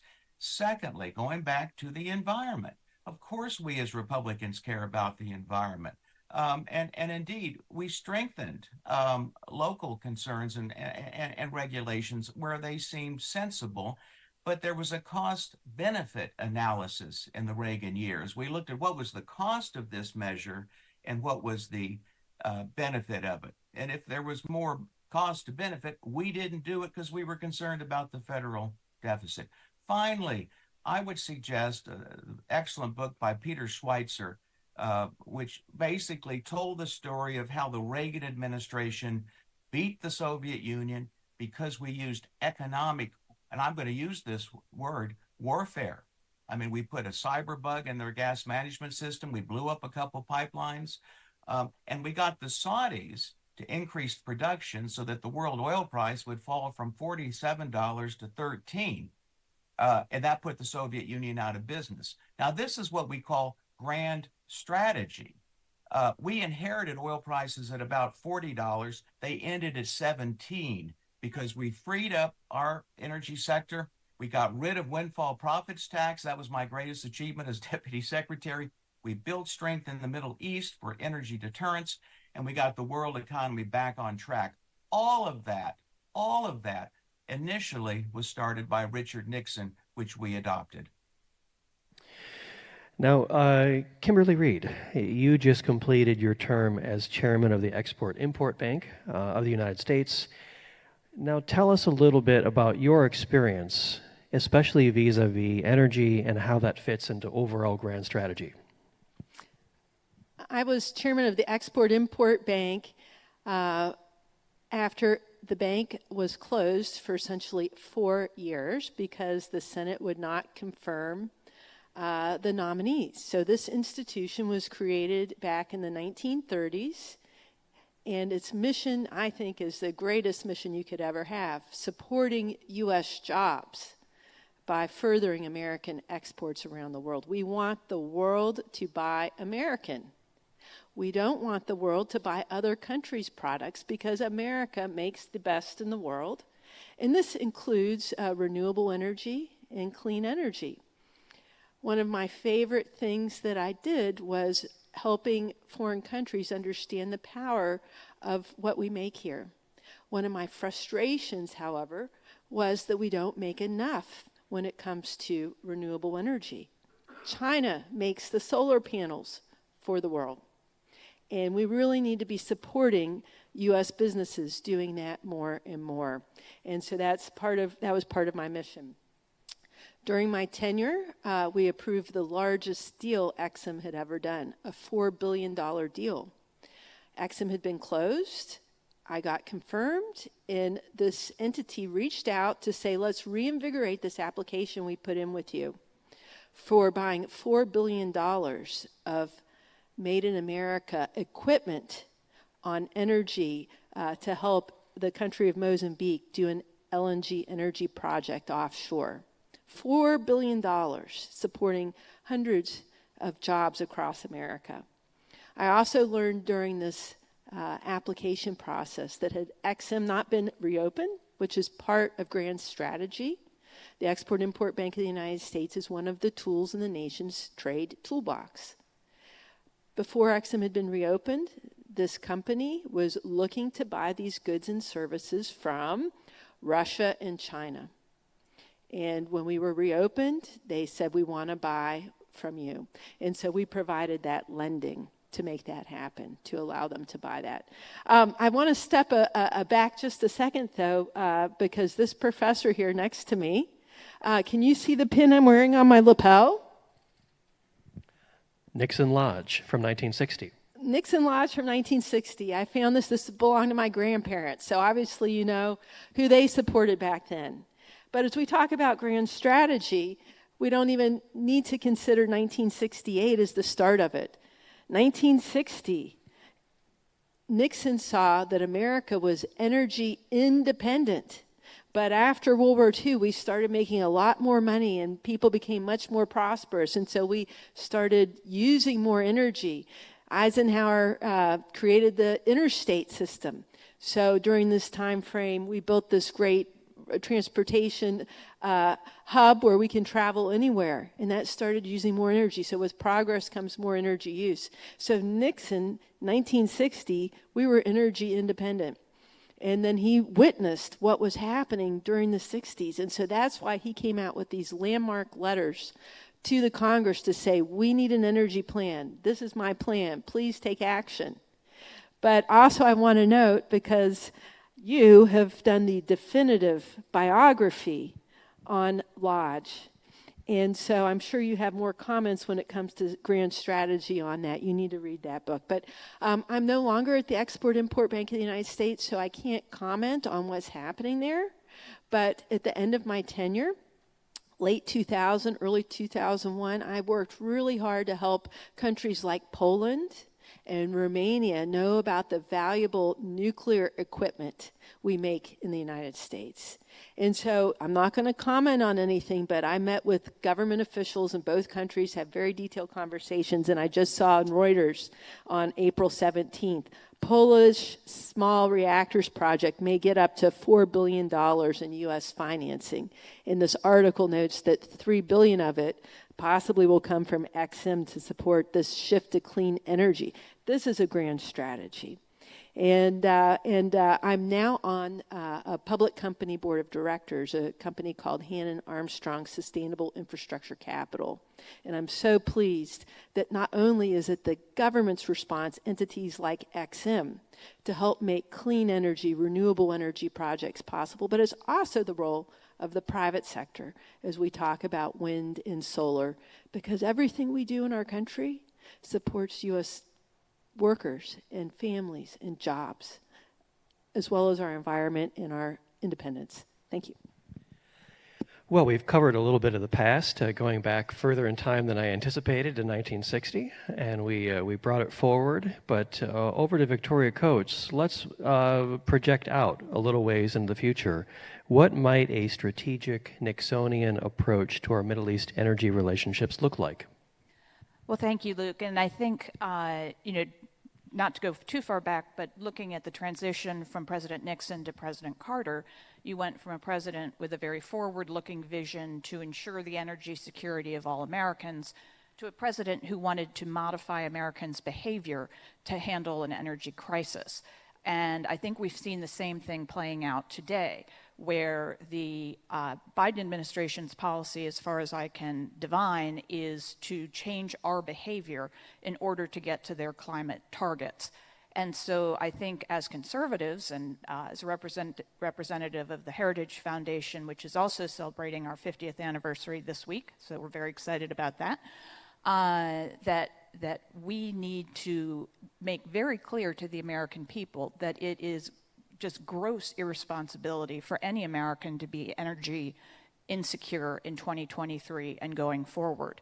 And the other thing, as Kim just alluded to, President Nixon saw was a massive expansion in terms of energy needs. That is going to be dwarfed by what's going to happen in this country over the next decade, as everything from crypto to data centers that are going to fuel the artificial intelligence revolution that we're all now terrified of are such massive power just consumers Elon Musk was talking last night about how if you want to shut down a dangerous AI thing, look at it from space, because you'll see where all the heat is, where all the energy is being consumed, and all the hamsters are running through the wheels of all those computers. This need for energy is going to be exponentially greater than even what we need today. So how do we satisfy that? This race to electrification, I call it a forced march, with no other considerations, is just a disastrous self-inflicted wound for the United States. We know China is dominating what we would consider to be the sort of currently climate-friendly technologies. We've talked about wind turbines, we've talked about solar panels, EV batteries. They are not doing this out of the goodness of their hearts. They're doing it because they fear the resources of the United States in energy. China is not only the world's largest polluter, it is also the world's largest energy importer. They can't fix that problem. So I think rather than abdicate this huge strategic advantage, we look forward in a Nixonian way. We figure out how we continue to use clean U.S. fuels to lower emissions. We look at low-hanging fruit, convert large-scale shipping vessels to natural gas. You don't have to build a new vessel. You can use the existing ones. Cuts emissions by 30%. Great, let's do that. Let's figure out how we then also proceed with the technologies of the future. We have civil fission, we have civil nuclear, that is fantastic. But then we also have the incredible announcement out of Livermore National Lab here in California in December about fusion becoming increasingly viable. Let's make that our moonshot. That's how you get to net zero. That's how you provide power to the developing world that will transform lives. And the partners that we would have in this, the other countries that are most forward-leaning, are Great Britain, Israel, Japan. This is a wonderful group of countries with whom the United States can partner and lead the world on this technology. But make no mistake about it, this would be no disinterested gift to the entire planet. I call this the Starfleet Academy trap. But rather, it would be very clear who's leading on this technology, who is offering this gift to the world, and who is protecting, like state secrets, this technology. So those are just some thoughts about how we might develop some strategic thinking. So in the next phase of our discussion, I'd like to kind of open up the discussion a little bit, and I have a few sort of general questions that any of you might want to comment on in terms of what it means to take this Nixonian approach that we're all talking about going forward into the future. First question, in which ways is energy policy also national security policy? That was a big thing that I focused on when I was at the Export-Import Bank of the United States. We were reauthorized in 2019 by Congress, and it was the longest reauthorization in the history of the bank. And why was that? I think in part, the legislation established a new program. And the program was called, and it still exists today, the Program on China and Transformational Exports. And Congress asked USXM, which could be lending at any time $135 billion, you need to neutralize China and advance America's comparative leadership in the world. And we're giving you the ability to match the rate, terms, and conditions that the Chinese Communist Party may be offering a foreign purchaser. So they pick American instead. And I'm sure you all know about the Belt and Road Initiative. This is a tool that helps get at that. Economic security is national security. We want the world buying our goods and services or our partner and allied countries' goods and services. And so when it comes to national security, I'm also pleased to see coming out of the G7, we just had a G7 a meeting there in Japan, the U.S., Canada, Japan, France, and UK formed a nuclear alliance. I think that's very important. What I also think is interesting is what is China doing right now? And I know that we'll talk about that a little bit more, but China, that's my focus. Other comments? Well, I think actually, Luke, I'd go back to your last question, which I sort of dodged, which was the Middle East issue. when I was working for Secretary Brouillette in the last year of the Trump administration and doing a lot of regional travel for him, even during COVID, which when your boss says to you in the fall of 2020, you're going to go spend 6 weeks in Riyadh, you're like, oh, okay. But he made it happen, so off I went. And one of his charges was, we need to rethink these strategic relationships. And in terms, in Nixonian terms, this is a massive opportunity. Because probably the smartest thing President Carter did, and he got around to it in January of 1980, so he took his time, but was laying out a sort of Carter doctrine for the Gulf and providing some U.S. security guarantees to have the free flow of energy through the Strait of Hormuz, in which the United States was then quite dependent. In the fall of 2020, that was no longer the case. And while I might not want the Strait of Hormuz to be closed for a variety of excellent reasons, it is no longer an existential threat to the United States' energy posture. So I was going to the Gulf not as a supplicant asking for more production, but as a competitor. And my point to my Saudi counterparts was, that this had been a total shift in posture, and I could be a friendly competitor, that I wanted to coordinate with them. But could we talk about next steps for what that coordination might look like when you're coordinating between a cartel and a free system? And the conversations were fascinating. Both the Emirates and the Saudis were very open to these discussions. Huge opportunity for the United States, so that I think President Nixon would have seen and seized. Certainly President Trump, Secretary Perry, and Secretary Brouillette saw it. And I would hope any future administration would go back to those relationships and capitalize on the kind of good work that Kim did at XM in terms of promoting the United States abroad and offer ourselves as the partner of first choice. So I think that is just something that we'll have to get after in the future. And William Martin, any thoughts?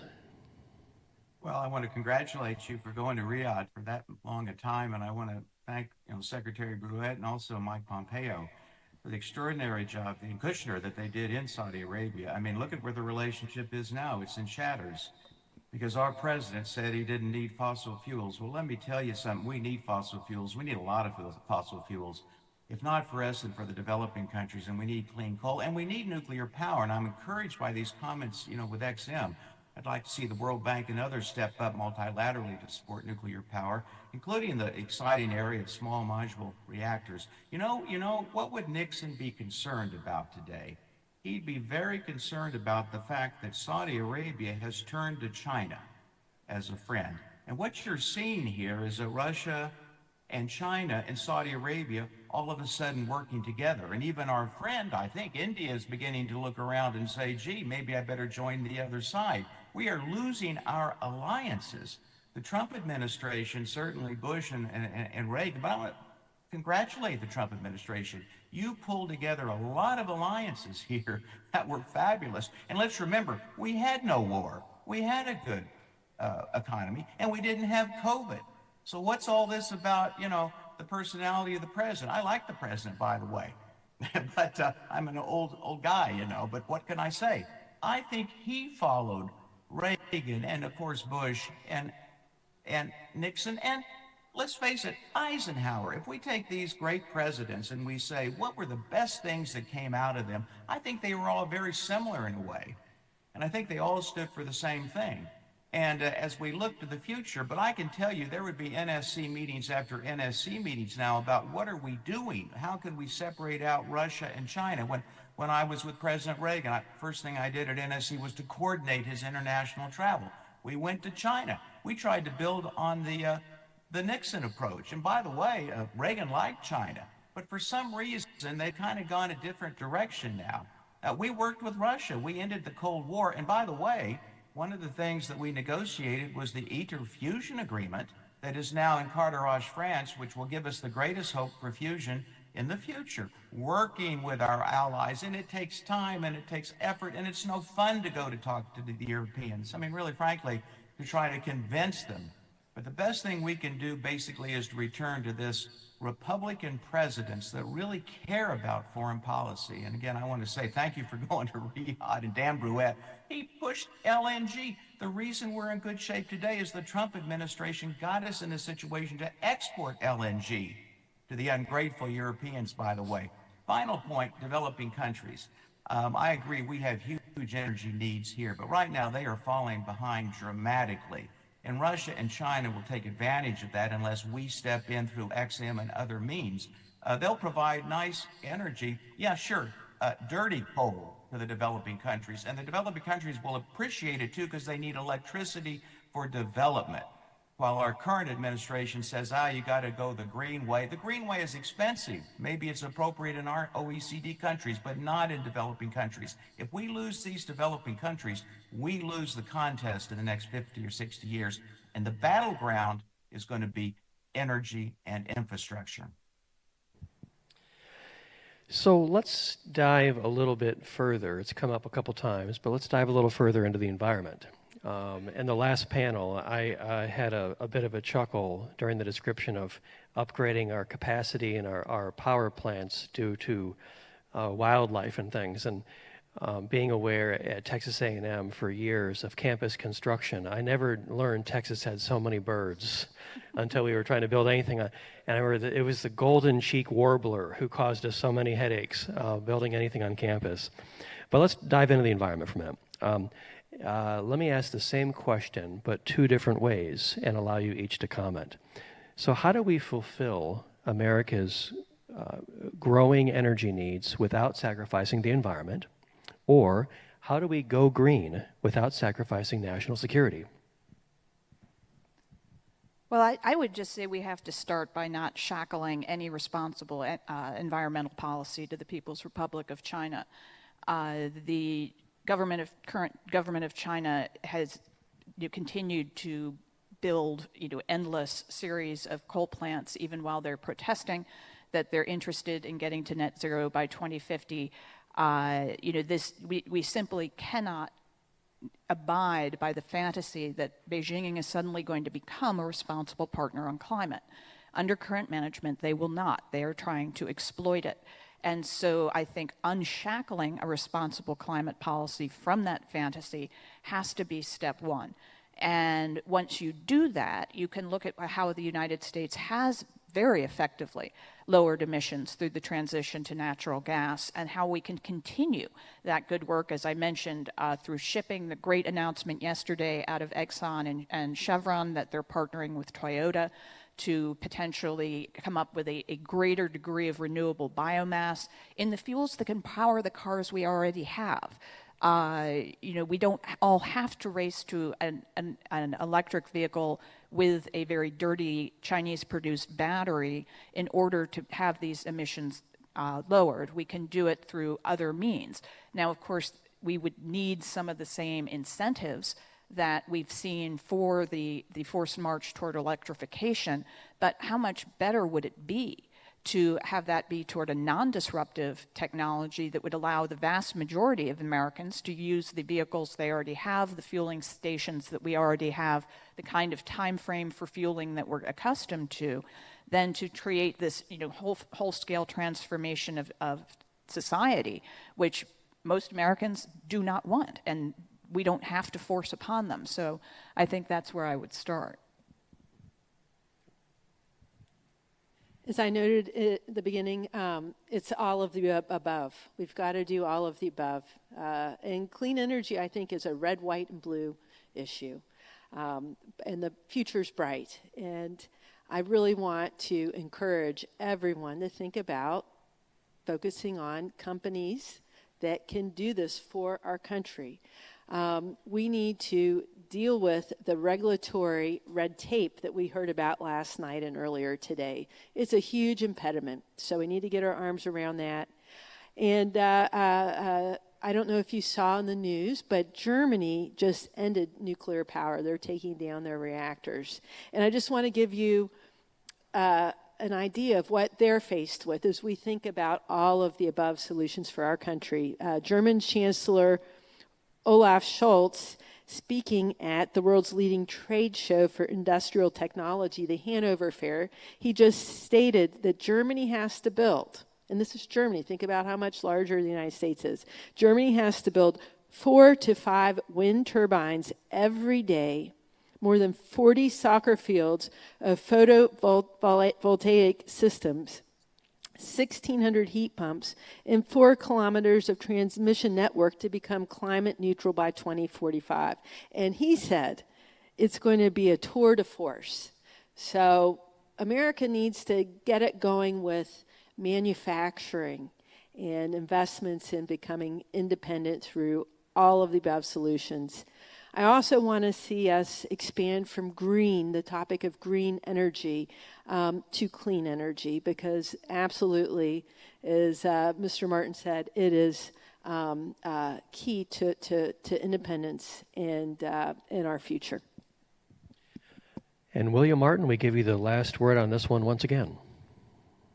Well, I was honored to serve with Ruckelshaus as the vice chair of the World Resources Institute. So I'm a Republican that cares about the environment.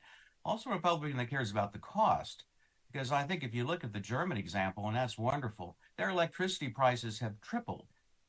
And one of the concerns I have is how many customers in America, if you gave them the option, you want clean energy or at 3 times their electric bill, they're going to say no. They're going to say, you know, I want some clean energy, but I cannot afford 3 times the price for my electricity.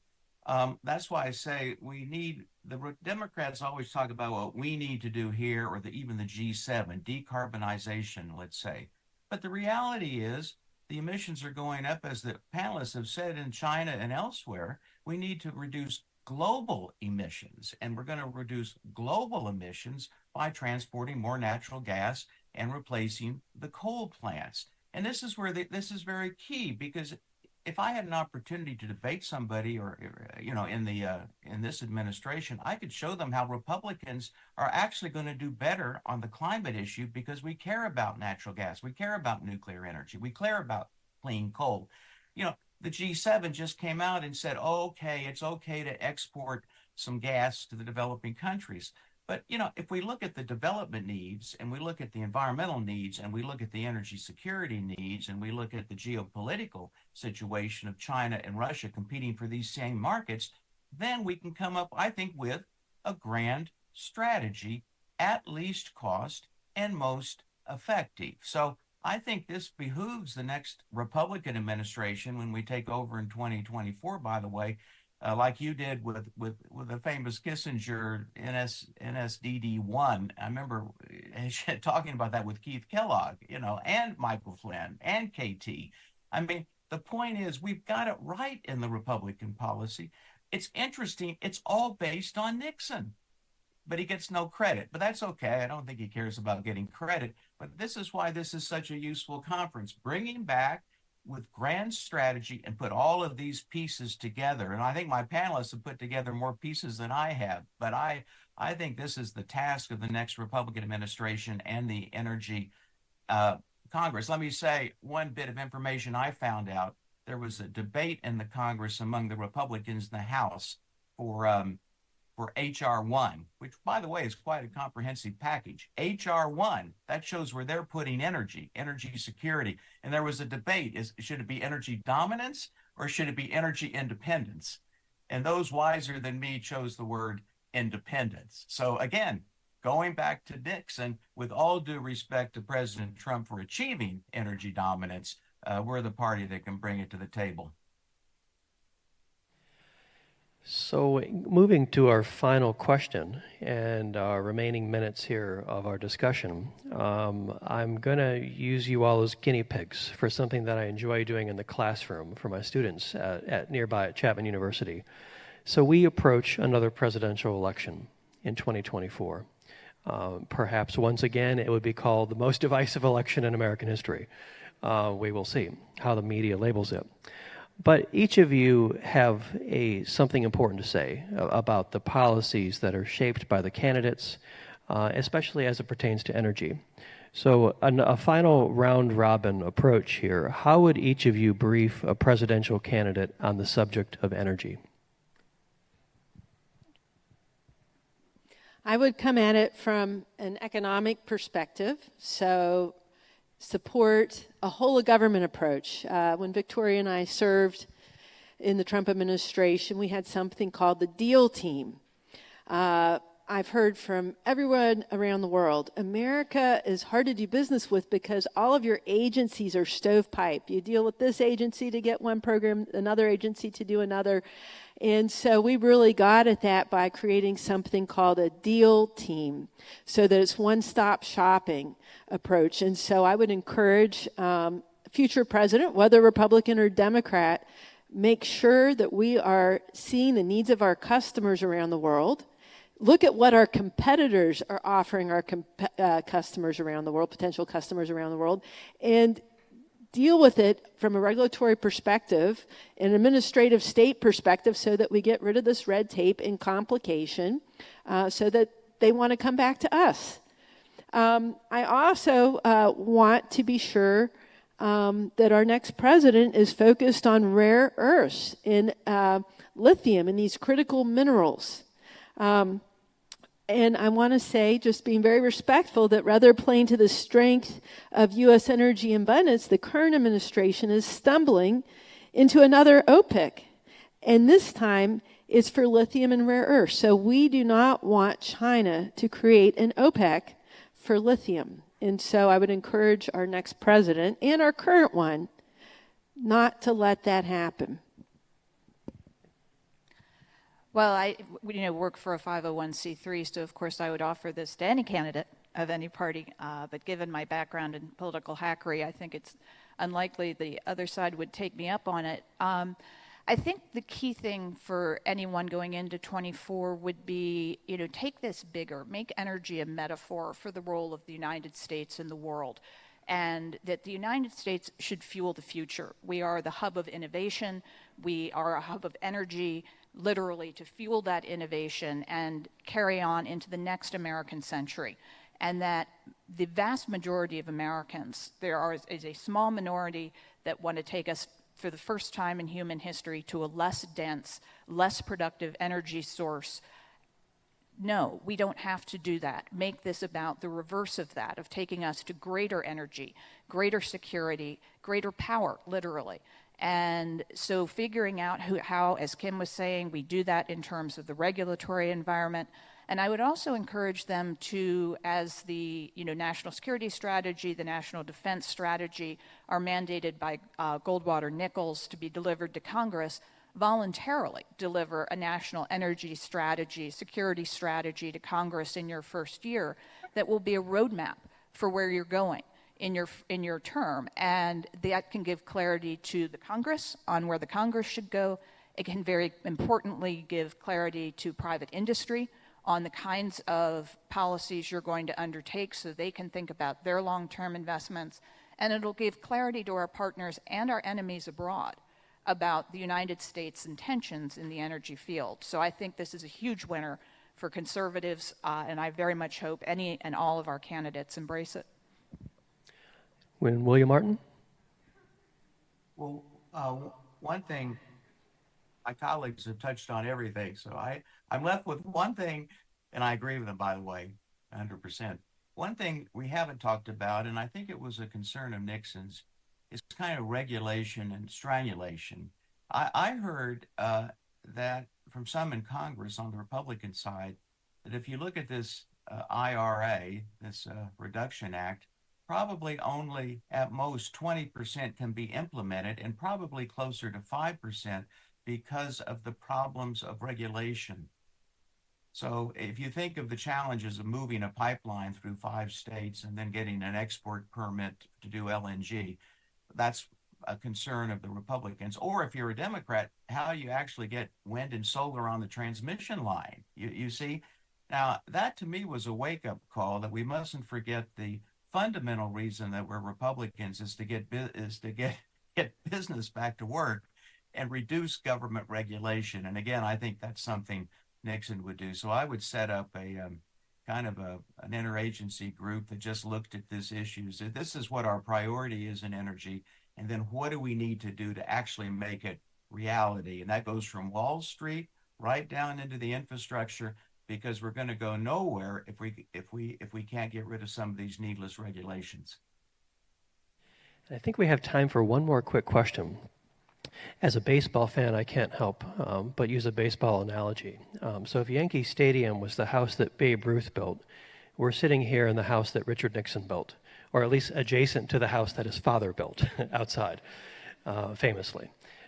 So for young people, I spend most of my time with 18 to 20-year-olds, and it's surprising sometimes what they know and also what they don't know about a lot of things.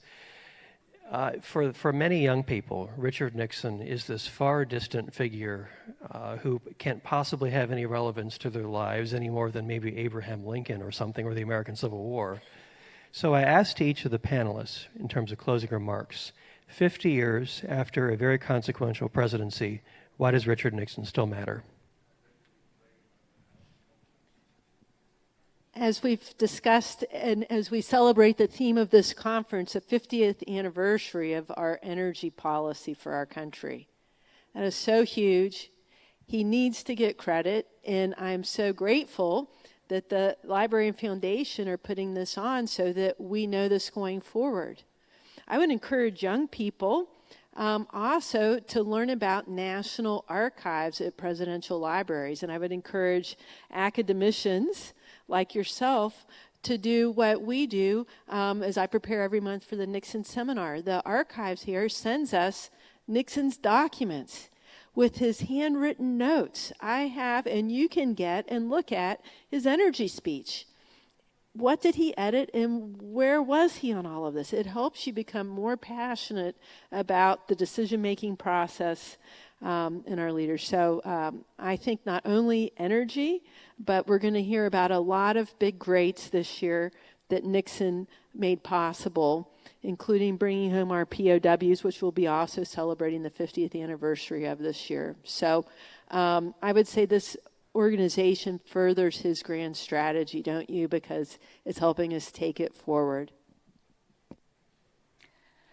Well, I strongly endorse all of those comments. As a former archivist myself, which is how Luke and I first got to know each other, I think that these institutions are extraordinarily important for learning about history. But then I think Nixon in particular, for young people today, is such an amazing American story.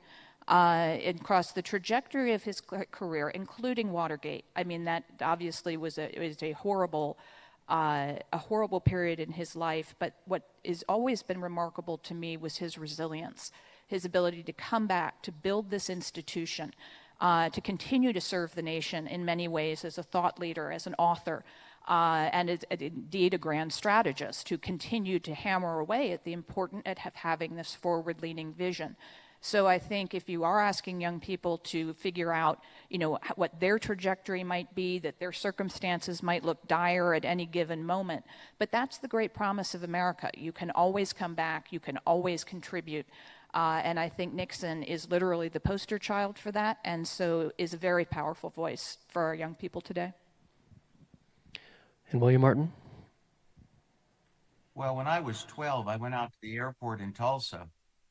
My father took me to shake the hand of Nixon. I've never washed it since. It's incredible. I have to say, my father also said, if Kennedy wins, we're leaving the country. Well, we didn't leave the country. We stayed in Oklahoma, and we went through the Kennedy years and so forth. Now the other side has a chance. I mean, these Biden people, they're in there now. Give them the 4 years. They're making a mess of it. They're making an absolute mess of our country and the world, frankly. So I think this conference is what I would urge young people to look at, the archives, but you have to shorten it, Luke, I think, to like 2 minutes. This is Richard Nixon in 2 minutes. And it's got to be more than Watergate. Look, I was involved with Iran-Contra, okay? Scandals happen. I mean, they are unavoidable now. Whether you're a Republican or a Democrat, they're going to happen. If you really look back in history, that was really not a very big scandal. It was at the time because it was kind of the first. But frankly speaking, it was kind of modest compared to the other scandals that we're seeing now, especially with the current administration. So I thank very much the center. I'm sorry I can't be there.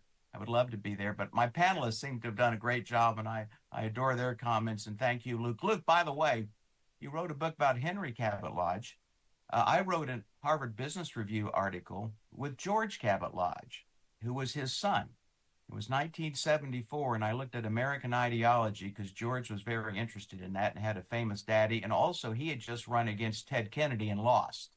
You know, I mean, this was going back to Massachusetts politics and so forth. But I'm still in touch with George today, or at least I was 5 months ago. He's about 93. But what a great family that was, and I'm going to buy your book. Well, I can think of no better way to close our discussion than leave it right there. So please join me in thanking our panelists.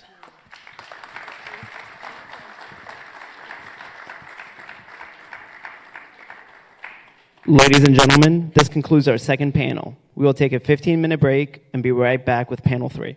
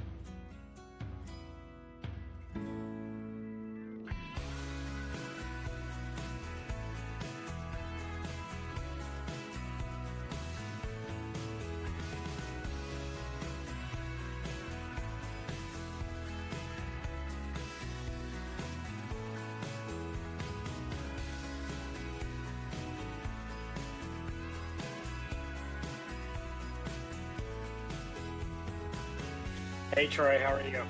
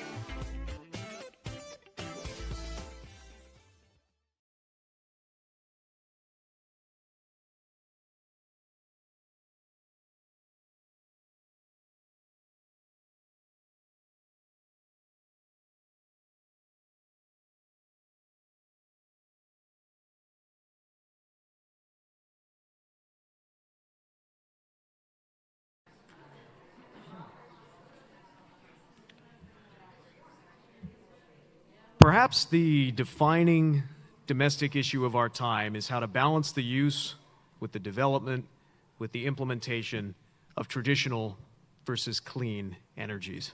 Everybody has to power their homes. Everybody has to drive their cars, cook their meals. But a lot of questions are now being raised about the impacts on climate change and the environment.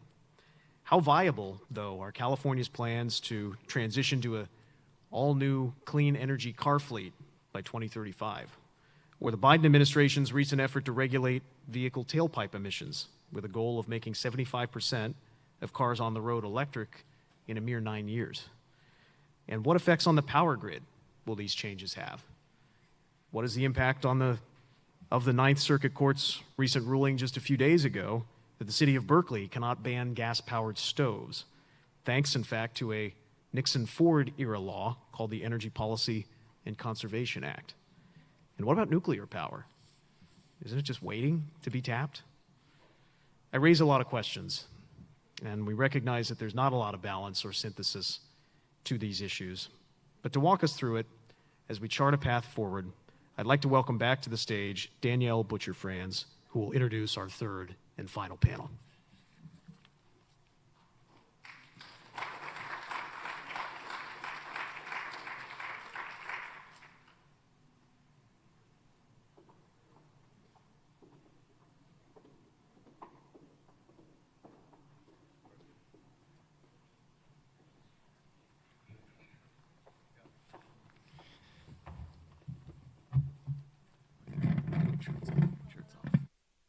Hello.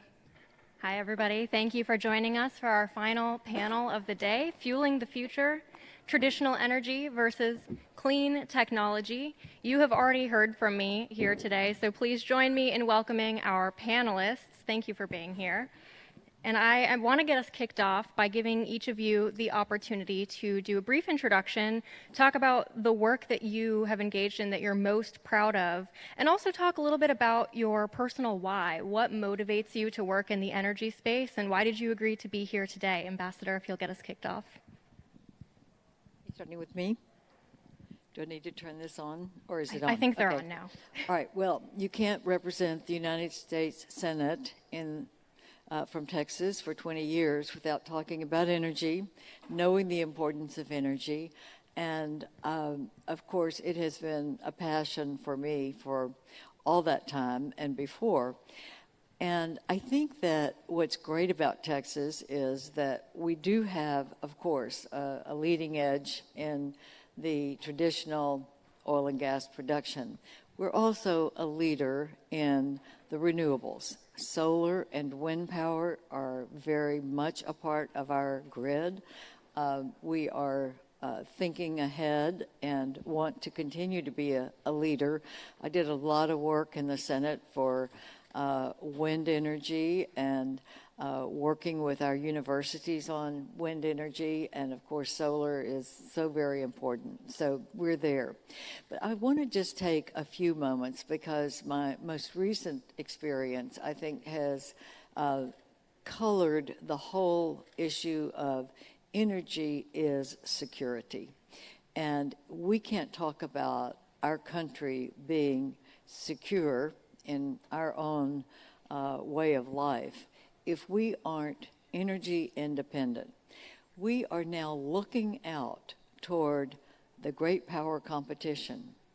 If we are going to be in the great power competition, and of course be at the top of the great power competition, we've got to be energy independent. Energy independence means that we will also have the strong defense industrial base, which is going to depend on reliable, stable energy, and that we are going to have a burgeoning economy, which of course means that we have an ample, stable supply of energy. So national defense is going to depend on our going back to the drawing board. And here we are in Richard Nixon's home place, and we see how he started looking at energy running out in America as we were building our great economy. And he started early saying, the goal should be energy independence. 1973, we've been talking about that. His challenges were Middle East. His challenges were trying to bring China into the rules-based order. Now, what we are dealing with is a China that is now very much more powerful, very much a bigger player on the global stage, but they still are not in the rules-based order. And now we're facing a rising China that isn't doing what we need to have China do. If they are going to be on a level playing field, we need to have rules that everyone would abide by, such as making sure that intellectual property is secure, that we can have rules that everyone abides by for fair trade. And that's all we ask. We're not asking for the advantage. We know that we can compete on a level playing field, but no one can compete if your trading partner is not adhering to the standards of intellectual property rights. So from the global perspective, energy independence, I've discussed and said, is important for our economy. But it's also important in the geopolitical sense because we could be helping our allies so much more now. If we had our own independence, we could have started exporting the natural gas so that they wouldn't have to import anything from Russia.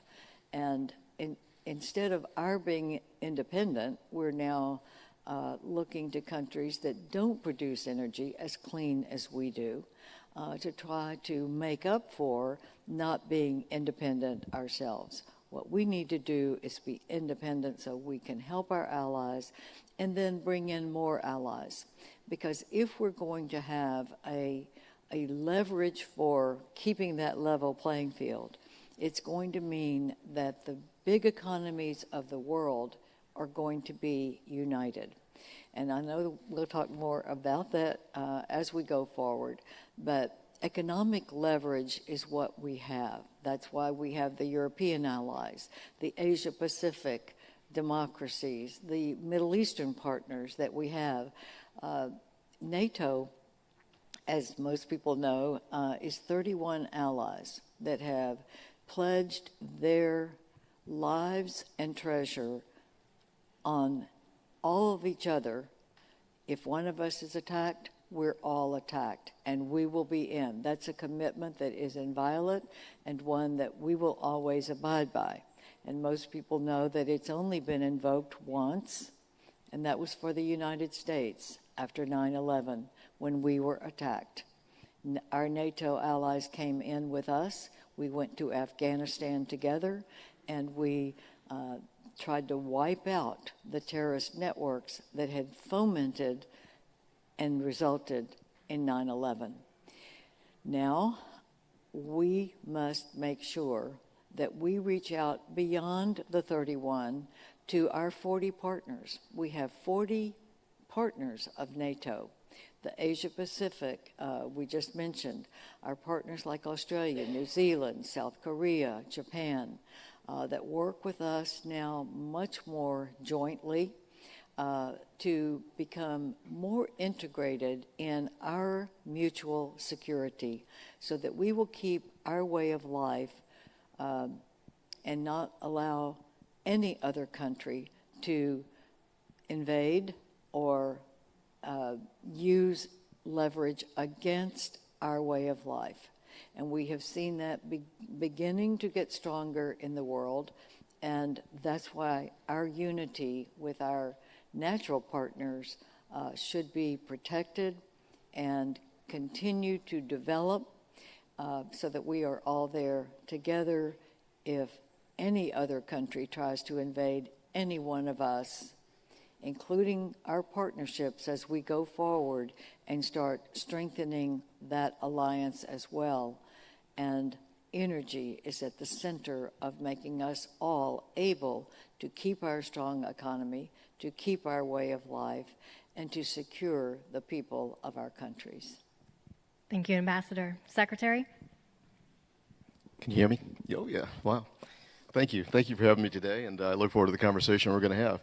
So to your question about what has drawn me to energy policy or what drives me to do the things I do today, I need to take a step back. I grew up as a kid in Louisiana, and I'm old enough to remember some of the acute issues that we dealt with around 1973 with the oil embargo and the gasoline shortages here in the United States. As a matter of fact, I remember sitting in the back seat of my dad's car waiting in line to buy gasoline in the state of Louisiana, a very large energy producing state here in the United States. Not nearly as large as Texas, but a really large state. And I remember even as a kid wondering why was it that we here in Louisiana were waiting to buy gasoline when we produced so much of it locally. My dad didn't really have an answer at that point in time, but it was always a fascinating point for me, and I still remember it to this day. Fast forward a little bit. When I was leaving high school, I decided I was going to be a part of the energy industry, and I went and got a trade. I became a pipeline welder, and I welded many of the pipes that carried crude oil, natural gas, along what is known as the I-10 corridor from New Orleans to Houston, all along the Gulf Coast. So that was my first introduction, if you will, to the energy industry. And back then it was somewhat concerning to me, even at that young age, that all of the pipelines that I was helping to develop or helping to weld and build were designed to be import pipelines. We were an importing nation at that point. So the natural gas, if you will, was coming into Louisiana for purposes of redistribution to the rest of the world or the rest of the country. And that concerned me a little bit because, again, I remember from 1973 sitting in the back seat of my dad's car wondering why we were waiting in line. And it dawned on me that perhaps that was maybe not the right choice or right decision for the country to make. Fast forward a little bit further, I ended up working on Capitol Hill and having a small impact on a few laws that govern the energy industry. But importantly, became very interested in energy policy and the history of energy policy here in the United States. And that's what really introduced me to Richard Nixon and some of the things that he did back in 1971, 1973, throughout that whole period in time that we just talked about. And as a matter of fact, the more I dug into it and the more I learned about what he did, especially in 1971, the visionary, where he wrote the letter to Congress, the very first energy policy letter from a president of the United States to the U.S. Congress, specifically dedicated to energy policy. If you go back and read that letter today, you will see the basis and the foundation for many of the laws that we have written since. So the Energy Policy and Conservation Act of 1975, the Energy Policy Act of 1992, the Energy Policy Act of 2005. If you read those laws and juxtapose them against that letter, you're going to see an almost exact match, which is amazing when you think about it. And what he talked about then is still relevant today. And the ambassador, should I call you ambassador or senator? Whatever. Hey, you usually works. You're so important. I'm not sure what to address you as. When you think about what he said back then, as it relates to the development of all fuel sources, all of our natural resources here in the United States, things like, yes, coal, oil, natural gas, nuclear power, all of the things that we care about today, he was suggesting, 50 years ago that these are important concepts and important policies that the nation needed to act upon and needed to act upon quickly, and he urged Congress to do that. Now, it took us an awful long time to recognize those truths and to eventually act upon them. But, when I served as both Deputy Secretary and Secretary of Energy, we dealt with situations that I think proved the point that he was making. And I'll just give you one quick example, and I don't want to get too deep in the weeds here because I've got a person sitting to my right. Dr. Victoria Coates is sitting right over here. She knows a heck of a lot more about this than I do. But we found ourselves in a situation in March or February of 2020, in that time frame, right about the time the pandemic was really beginning to take hold, where the Saudi Arabians and the OPEC members, OPEC and OPEC Plus, had found themselves in a bit of a dispute with the Russians. And within that cartel, they could not agree on production numbers to accommodate the falling demand as a result of the pandemic. And there's a lot of finger-pointing going on. And they called us up. His Royal Highness Abdulaziz is a friend of mine, and he called up and he said, "You need to help me work this out, because the Russians are doing X, Y, and Z. And of course, Alex Novak, who was Mr. Putin's energy minister at the time, called me up and he said, you need to help out. The Saudis want to do this, and I need your help to get them straight. And we were being tossed in the middle of a conversation that's part of a cartel, of which the United States is not a part and legally cannot be a part of. So it was a really awkward situation to deal with. Long story short, I did what I could at the ministerial level, at the secretarial level. But it became quite clear that the issue wasn't going to get resolved at our level. This was really going to be a head of state decision. So I called the president and I told him what we had done so far, and he was very appreciative of that. And he said, okay, come over to the office. We're going to deal with this now. And I said, right now? And he said, yeah, right now. Grab your stuff, get over to the Oval Office. So, of course, I did. And I went over. And, in typical Donald Trump fashion, he dealt with it very quickly and very aggressively, very directly. He got both the king of Saudi Arabia on the phone and Mr. Putin on the phone. And within a matter of a couple of hours, literally, had essentially resolved the situation. And what that resulted in was a cut in production by OPEC and OPEC Plus of roughly 10 million barrels per day. Unprecedented, I think, in U.S. history, maybe world history, that we were able to do that. But the point there is that he was able to do it because of the policies that were in place. It was because of the level of production that we had accomplished here in the United States. It was because, frankly, we had followed many of the Nixon policies and created a level of independence that our nation had not yet seen to that point in time.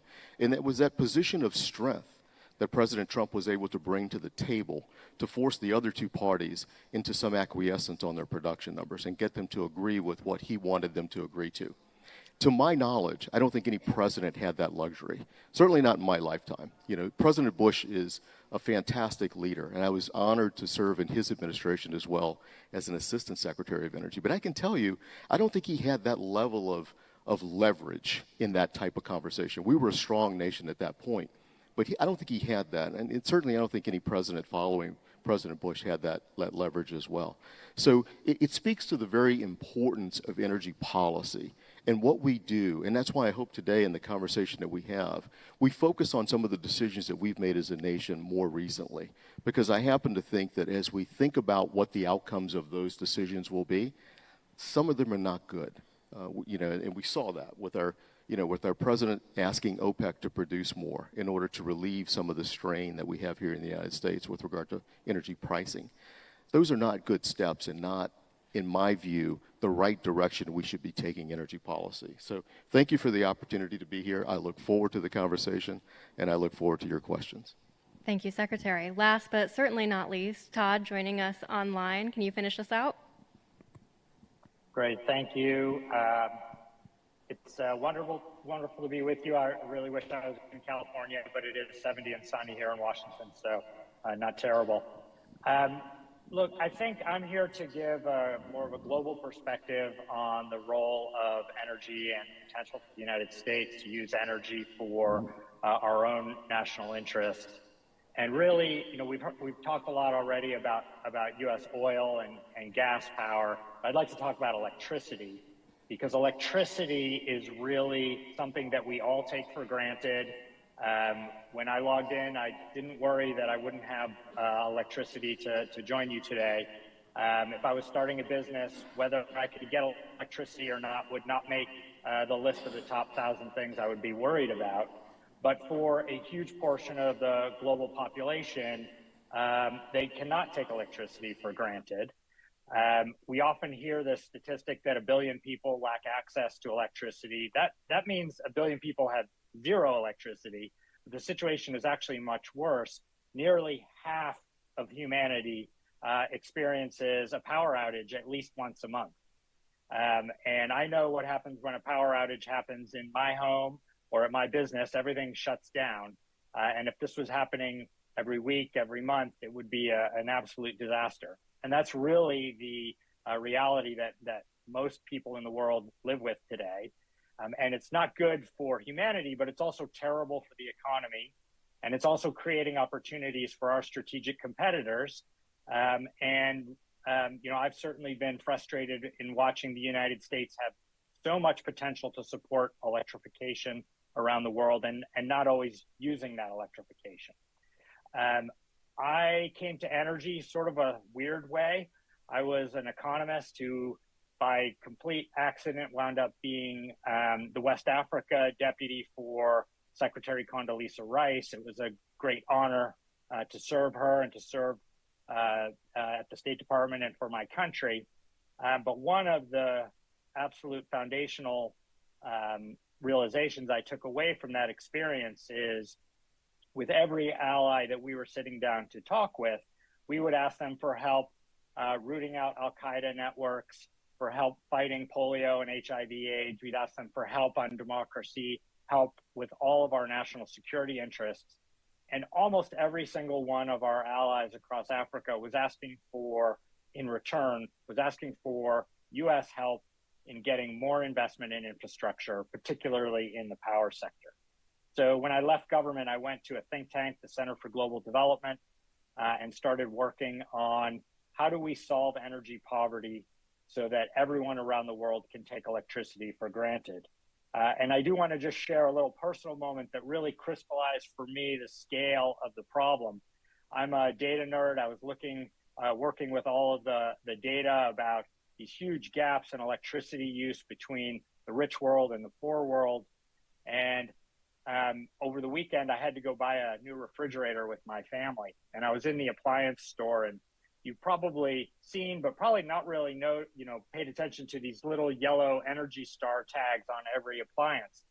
Well, looking at this fridge I was buying, I realized that my fridge would use more electricity than most people in Africa.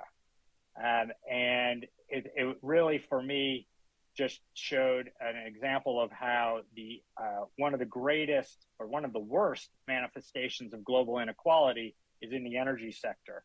And so it is, I'm sure we'll talk more about this, but it is absolutely in the United States' interest to help support the energy transition, not just worrying about the big coal and big emitters like South Africa, China, but also thinking about countries that are still just at the beginning of building their power systems and ways that we can assist them for our own national security reasons, for climate reasons, for our own economic reasons. We want to make sure that American firms and American technology is deployed and treated fairly. And really, if we don't do that and we don't step up, then the Russians and Chinese absolutely will. So let me stop there. Thank you. Well, thank you for that. And I think your anecdote on the fridge is a good reminder and important framing for all of us to keep in mind. So my next question is for all of the panelists, but I want to stick with you, Todd, and then we'll come back up the line. We've talked a lot today about challenges. I think NEPA and permitting reform has been mentioned frequently. And just for some framing for you guys, a study came out showing that the average added time because of NEPA reviews is 4.5 years per project. The average added cost is $4.2 million, so really a significant problem. I want to hear from each of you what you see as the biggest challenges in our energy landscape, but also the biggest misconceptions. Todd? Thanks for that. I think the biggest challenge that we're facing right now globally is that the sources of capital that are needed to get into high risk markets are just not being deployed in the places that need it most. So we, of course, are worried about California and our own transition, but 95% of the additional electricity generation between now and 2050 is not going to be in rich countries. It's going to be in the low and middle income countries. And we are now just not seeing the capital flow into the markets that need it the most, which is creating all kinds of negative implications, both for us strategically and certainly environmentally. So I do think that we've taken some baby steps. One of the things I was involved in behind the scenes during the Trump administration that we should all be very proud of is the launch of the U.S. Development Finance Corporation and the passage of the BUILD Act in Congress, which created that agency. And that provides currently up to $60 billion in infrastructure that should be flowing into emerging economies to help them build smart, transparent, and competitive infrastructure. And we're just not using all of that potential right now. And I think that we're going to really have to focus on getting that done. Sorry, well, I agree with those comments wholeheartedly. I think you're absolutely correct. And I see Kim Reed's in the front row here, former Chief Executive Officer of the XM Bank here in the United States. The ability to finance these projects is absolutely key. But I think one of the reasons why finance is not following the project is because of the regulatory hurdles that stand in the way of the project themselves. And NEPA is obviously a roadblock to many of these projects. In America today, it takes longer to get the permit to build a pipeline than it does to build the pipeline. That's a problem. It's not only a problem in places like California, which has very strict environmental regulations. It's a problem everywhere. It's a problem in the Middle East, in the middle parts of America. It's a problem in places like North Carolina, Virginia, and other places here in America. Those are issues we have to address as a nation if we want to continue our efforts to become energy independent and to provide the energy security that I think the public is now demanding as a result of what we're seeing in Europe with Russia and Ukraine. The challenge for America, the other reason I say this is that when you think about the production numbers in America, they're astounding.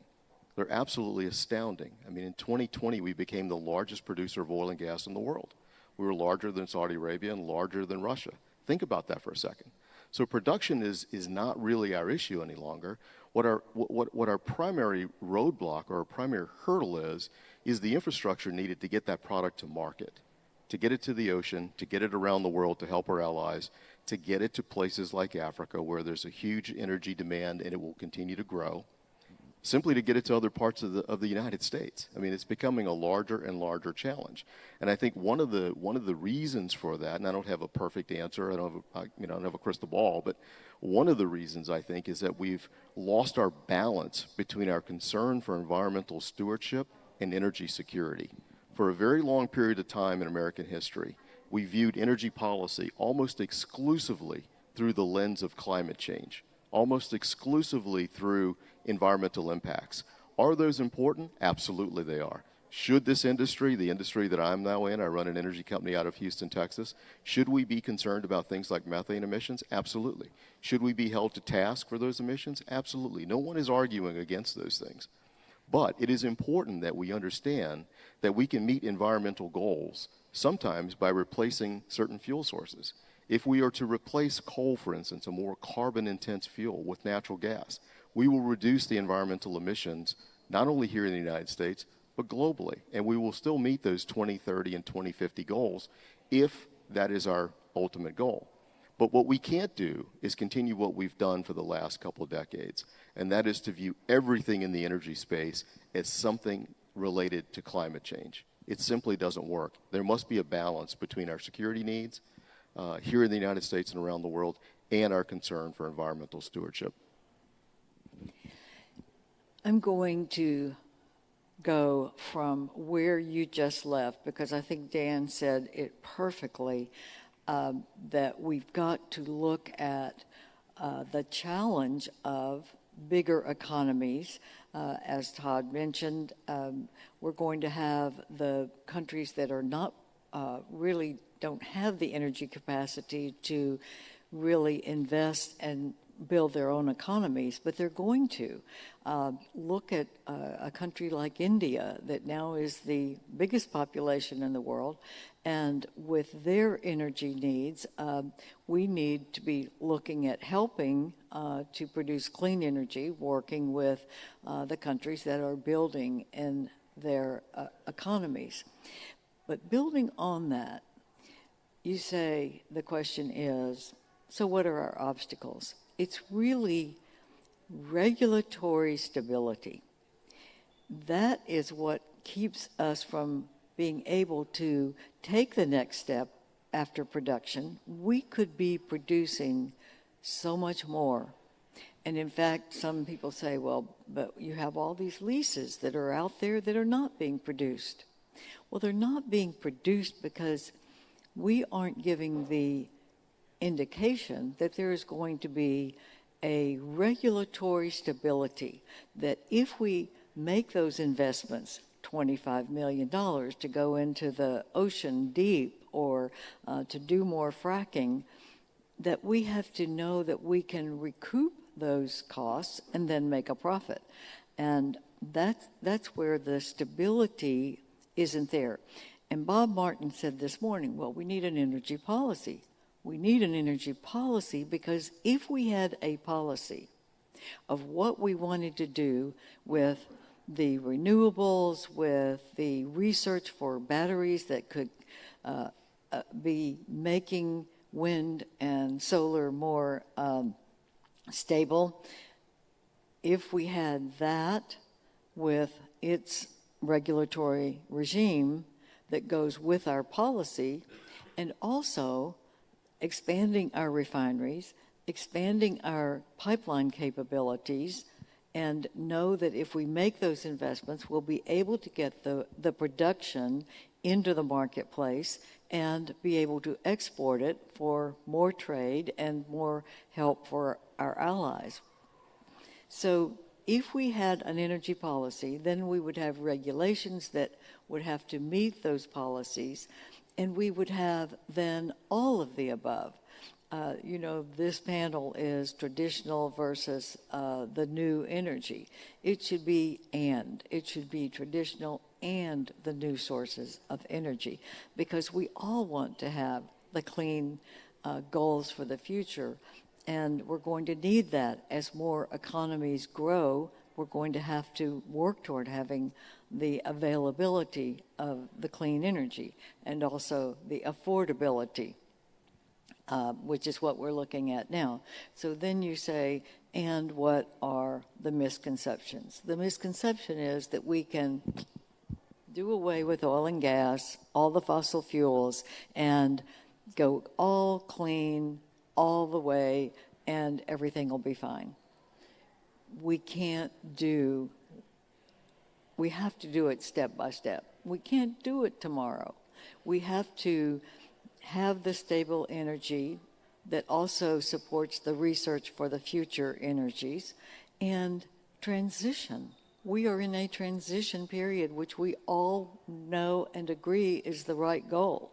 But we've got to make sure that we keep our stability, that we produce our oil and natural gas cleanly, which we do better than any other place in the world, and then go forward and all the research and all the capacity that we are trying to find in the batteries, trying to put hydrogen and nuclear back in play because they're clean. They're just not affordable for building big new plants. So what are we doing? We're doing the research for having smaller ways to produce both hydrogen and nuclear safely, cleanly, and to make it affordable. Well, Ambassador, you took the words right out of my mouth, and thank you for making this transition easy for me. I wanted to talk about how traditional energy and clean technology don't need to be at odds, and so with that, Secretary, I'd like to turn to you and ask, how can we continue to use fossil fuels while reducing global emissions? That's a good question. To build on the Ambassador's points, let me make two quick points, and I'll answer your question more directly. So as a person who runs an energy company here in the United States, I'll give you a very practical example of what the Ambassador is referring to as this regulatory uncertainty or this policy uncertainty that occurs here in the United States. My company builds liquefaction facilities. These are enormous. They look like giant refineries. And what they do is they take natural gas and they liquefy it. We put it on ships and we send it around the world. To do an investment in that type of facility today takes anywhere between $11 and $15 billion. That's the average cost of one of these. So in order to make a decision to take shareholder money, we're a publicly traded company, to take our investors' money, put it into that project, I have to be certain that it's a good economic decision and that we will have a return on that investment for our shareholders. That's my fiduciary responsibility as one of the leaders of this company. When policymakers go to Wall Street and they suggest they shouldn't invest in these types of facilities because it will be a, quote, stranded asset, it will have no value in 8 years, no value in 10 years. that puts me in a really difficult position at that point.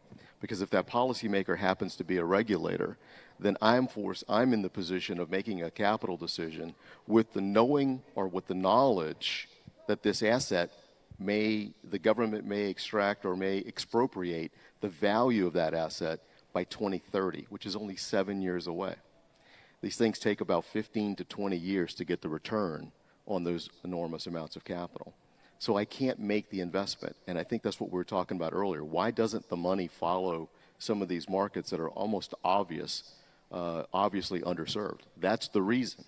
Because if I do that, if I put that $15 billion at risk, knowing that the asset may be devalued by government policy in 5 or 6 or 10 years, I might go to jail under SEC rules if I make that decision.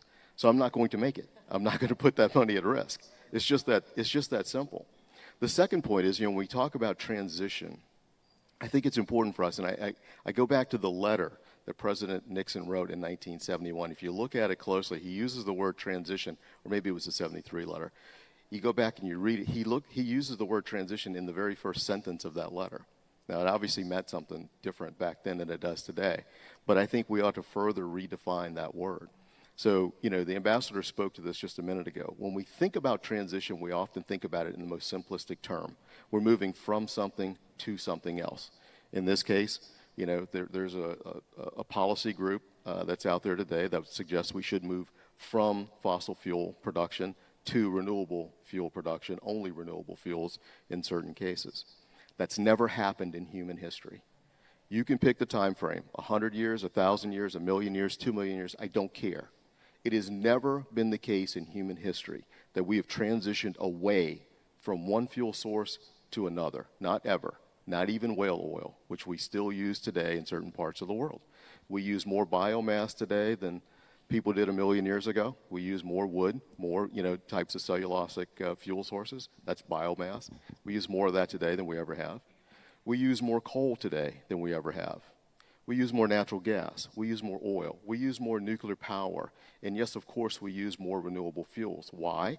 Because populations are growing and economies are growing, and we need more energy. So we need all forms of energy. So if you think about that word transition, what does it really mean? If you think about it, it means we're transitioning from less energy to more energy. That's the transition that we're really talking about. We're not talking about moving away from a fuel source. Again, it's never happened in human history, and I dare say it's not going to happen in my lifetime. So as we think about it, again, going back to that fundamental point, how are we going to think about energy policy here in the United States and the EU or any other regulatory or policy-making body around the world? I would suggest that it's time for us to balance our needs between our environmental stewardship, which we can do with fossil fuels, and our need for energy security, which, ultimately, I think, if you take away the security part of this equation, you're not going to meet any climate goal. It doesn't matter what you're trying to do. When the lights don't come on and economies don't produce, it doesn't matter what your climate goal is. You're not going to meet it. So it's important that we balance these two things. Now, in the context of an energy transition, I think that can kind of have different meanings to different people, but I want to turn to you, Todd. What is the role of energy exports from the United States to the rest of the world during an energy transition, and why is American energy better than our competitors? Yeah, so I think we want to, I know we've talked a lot about oil and gas. Africa actually is producing increasing amounts of oil and particularly natural gas. And, a lot of European countries after the Russian invasion of Ukraine rush to Africa to try to sign some long-term gas contracts. The challenge for those countries, and here I'm talking about countries like Mozambique, Nigeria, Ghana, Senegal, the challenge for them is to make sure that all of their natural gas is not exported to wealthy Europeans, but some of it is used for their own economies and for job creation at home.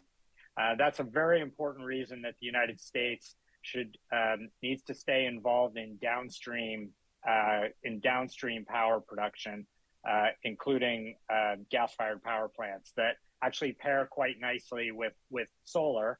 And of course, Africa has massive amounts of untapped solar potential. So gas and solar together are actually a quite nice mix, not everywhere, but in a lot of economies. And so we want to make sure that countries are able to take advantage of that. But I don't think that Africa is going to be a big buyer of U.S. LNG. Right now, there's not a single LNG import facility in the entire continent. But where the technology from the United States is going to be in high demand is in some of the things that we don't always think about. So one is in some of the soft infrastructure, like the digital management of power grids, where the U.S. is a leader. Advanced nuclear, the ambassador mentioned next generation nuclear, which, traditional nuclear is too big and too costly for most emerging economies, but small modular reactors, micro reactors, those are going to be extremely attractive in those markets. And that really gets back to the point for the United States, which is that the financing has to be made available to get those projects going. That's through the Export-Import Bank, through DFC, and through other facilities. So I really think that that's the way that the United States can help use our technology to help countries transition from low, unreliable energy to abundant, reliable, cost-effective energy.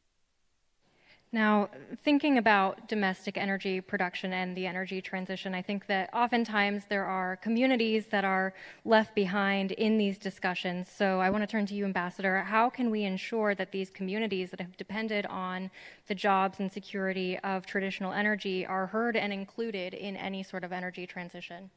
Well, it's so important that we talk about that because as we see policies shutting down pipelines, that's shutting down American jobs, shutting down refinery expansion. That too it's not only shutting down jobs of today, but the jobs of the future.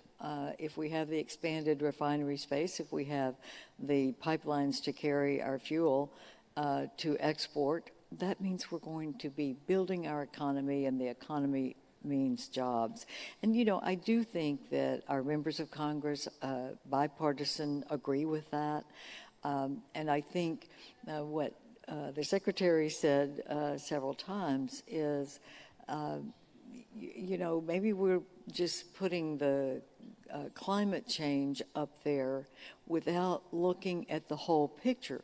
Yes, we want to make sure that we clean up our environment, and we are doing it in increments. But we also have the jobs and the economy, and that's what we ought to be looking at as the whole picture. And then, of course, security, which I am very much focused on. Energy security is security, period. So I think that our smaller communities are being heard. I think Congress is very tuned in to what the people in their constituencies are saying. And we can provide a lot of jobs with the research for the renewables. We can provide jobs to make better windmills. I worked on that a lot by putting solar power grids on homes. All of those are job creating, and I think our communities are well represented. And on a bipartisan way, they do talk to their members of Congress and their state legislatures and are being heard, because all of this is good for America, but it's also good for our trading partners and where we are investing in countries to help them build their economies, which will then create more trading partners. It's a win for everyone. Absolutely. Well, that's very encouraging to hear. And it sounds like there's a lot of agreement on the role of traditional energy in our grid. I want to pivot to clean energy and direct this question to you, Secretary. Clean energy is usually seen as wind and solar, sometimes hydropower. And I think oftentimes nuclear energy is left out of that discussion. And I think there's a real opportunity in nuclear energy. Could you speak more to the nuances there? Sure. No, there's an enormous opportunity. I think Todd spoke to it, and the ambassador certainly spoke to it as well. The development of new nuclear technologies, I think, will catalyze its deployment not only here in the United States but all around the world. I mean, one of the things that I'm most proud of when we served in the administration that we did at the U.S. Department of Energy was to initiate enrichment programs that would create new forms of energy, new forms of fuel, I should say, for these smaller modular reactors. It's known as high-assay LEU, and LEU stands for low-enriched uranium. And what that is a very specialized fuel that allows you to condense the size of the reactor. You enrich it to a higher level, not weapons grade, but a higher level. You make the reactor smaller. In theory, at least, you make it less expensive to build and easier to deploy because of its smaller footprint. That's an important development that I hope this administration and future administrations continue as we move forward. We have a project that's ongoing right now in Portsmouth, Ohio. We expect that to expand. The reasoning, that fuel source is important, obviously for the reasons I just articulated, but there's another important reason as well. When you think about nuclear power, one of the drawbacks, or one of the things that have been raised as a potential concern, is that it's a dual-use technology. Yes, you can make electrons from it, you can make electricity, you can do other things with it. You can also make warheads with it. And because of that national security component, nuclear power has always raised, concerns in certain policymakers' minds. This new fuel, however, what we have begun developing, or what is continued to be developed at the Department of Energy, has the potential to not only, make the reactor smaller and cheaper. The fuel itself is non-proliferant. You can't make a warhead from this fuel. Importantly as well, it's accident tolerant. And what that means is that if the reactor were to shut down, you don't have the release, the radioactive release that you would have with a conventional pressure water reactor. What happens is the reactor just shuts down. So there's no more catastrophic events, like we read about during the time period, obviously, of the Nixon administration with 3 Mile Island, but also, subsequent to that, things like Fukushima in Japan. Those types of accidents become much less likely, if not impossible, to happen with these new fuel sources. So I'm very excited about the future of nuclear technologies. And candidly, I'm very excited about the renaissance I've seen in this area over the last 2 to 3 years. Candidly, when we were in office trying to develop these programs for these new fuel sources, nuclear wasn't quite as popular as it is today. So I'm happy to see the renaissance and the comeback, if you will, for this important industry. Yeah, absolutely. We always tell our activists at ACC that the nuclear of today is not your grandparents' nuclear. So, Ambassador, turning to you, your home state of Texas is well known for its oil and gas industry, but it also has a prolific wind and solar industry. What lessons can we learn from the Texas energy grid? Well, all of the above, exactly. I am proud that Texas has taken a lead in the solar and wind, some bio, even water wind terminals out in the Gulf of Mexico. And so I think we have always had as our bread and butter oil and gas. And we have been so fortunate to have that great natural resource. And I will say our Texas founding fathers made sure that our public lands were kept in Texas when the treaty with the United States for Texas to become a state was signed. We kept the public lands.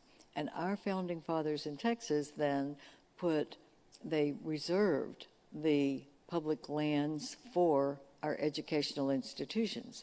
So the University of Texas, Texas A&M, and our systems have reaped the benefits of the research that can be done for the new energy resources. A great professor at the University of Texas Engineering School is perfecting hydrogen and beginning to work as an entrepreneur as well as an academic in creating the smaller modules that will be sort of like propane tanks, where you can form the hydrogen in a tank and then insert it into an airplane, or in a smaller unit, it could be inserted into your home for a automobile fueling. So these are creative things that have been happening in our engineering schools.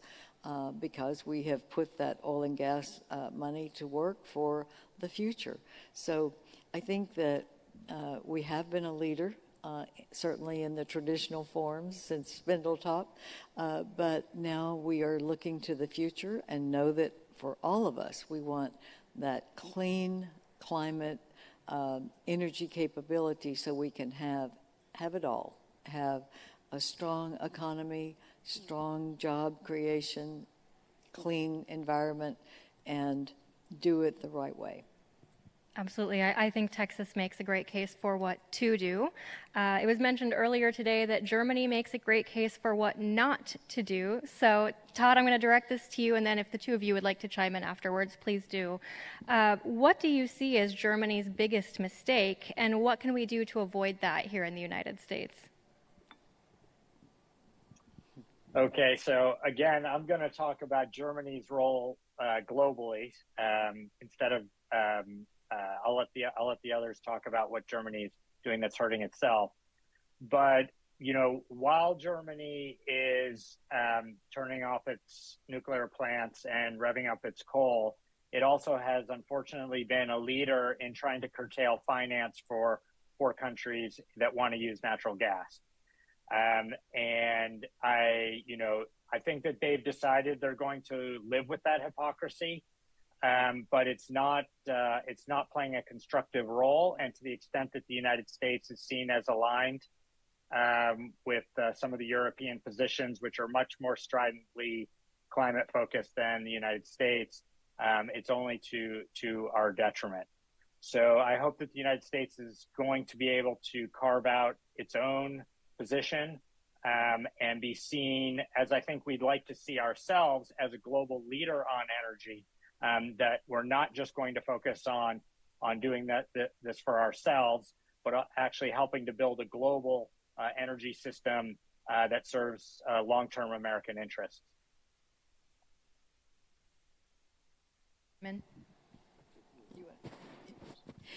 Well, Germany, I think, has learned a hard lesson. They had hoped to stay close in communication. They have such a proximity with Russia.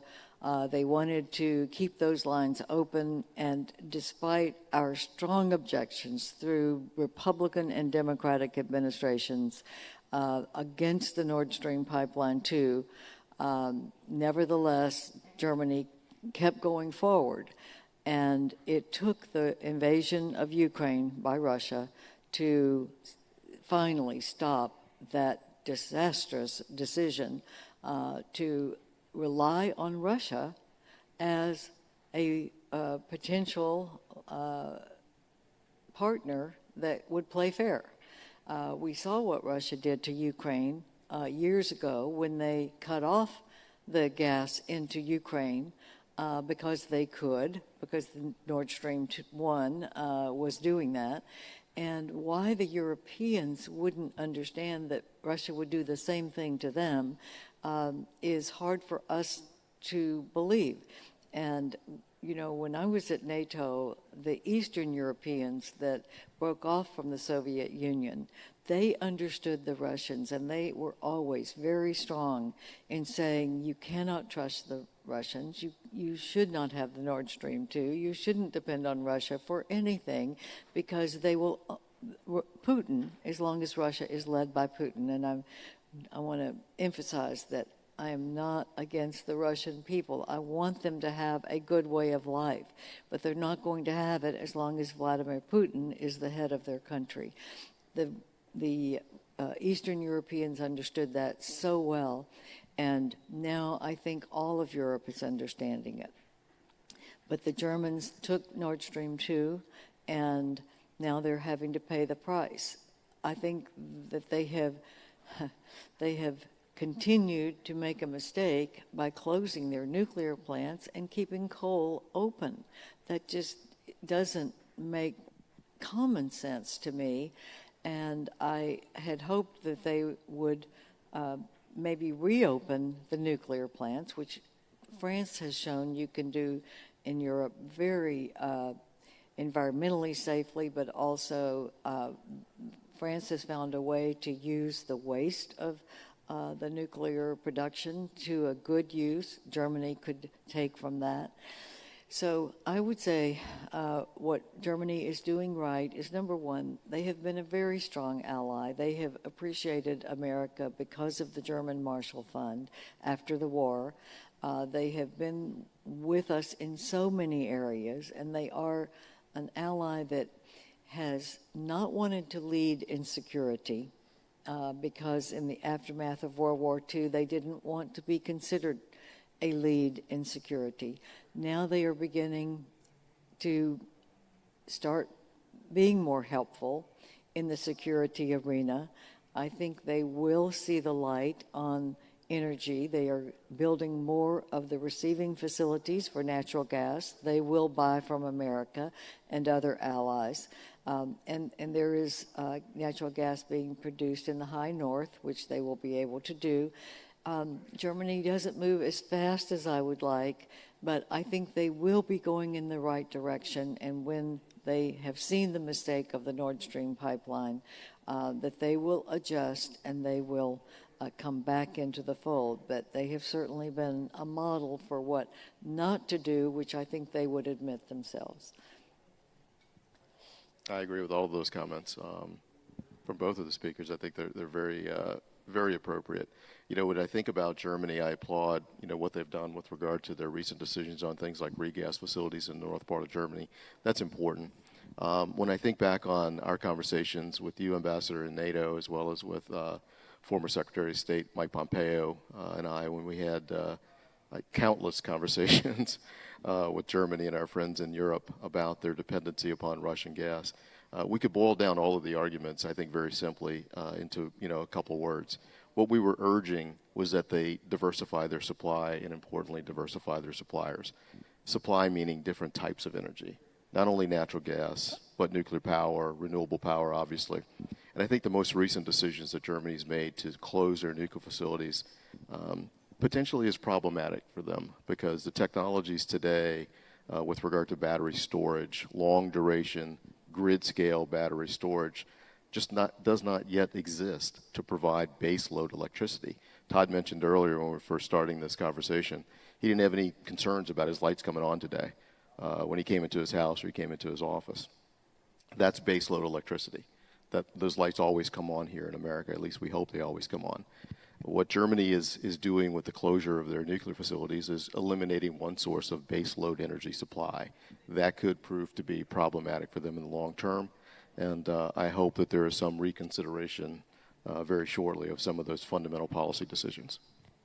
Well, we are running up on time, and I want to give each of you the opportunity to give some last words to the audience. And so my final question for each of the panelists, Todd, we'll start with you, is when you think of American energy, what do you hope those watching online and those in the audience and just people in general think of when American energy comes to mind?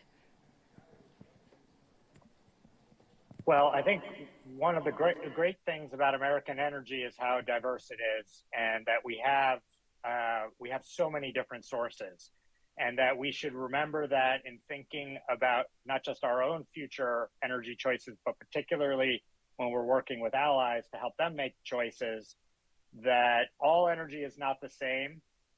Right now, the marginal kilowatt hour, the cheapest way is solar PV. But if I was also to ask you what's the cheapest way to go a mile down the road, it would be a bicycle. And I love riding my bike, but a bike is not going to let me haul cargo across the country. So just like we need a diverse transportation system that has ships and planes and small cars and bikes, we also need all of modern economies need diverse energy systems that can deliver different types of energy at scale for all the things that we need to live a modern, prosperous lifestyle and to have modern, prosperous, high energy economies. Secretary? Sure. I couldn't agree with that more. I think that's a very succinct way of saying, you know, where we stand today with energy policy, where we stand here with American energy production. And when I think about the future and I think about what we can do here in America, I'm very optimistic. And I go back to what President Nixon said back in the early 70s. He really has laid a foundation for us for a very bright energy future here in America. I'm very proud to be a part of the industry. I'm proud to have had a small part in energy policy, and I think it only gets better from here.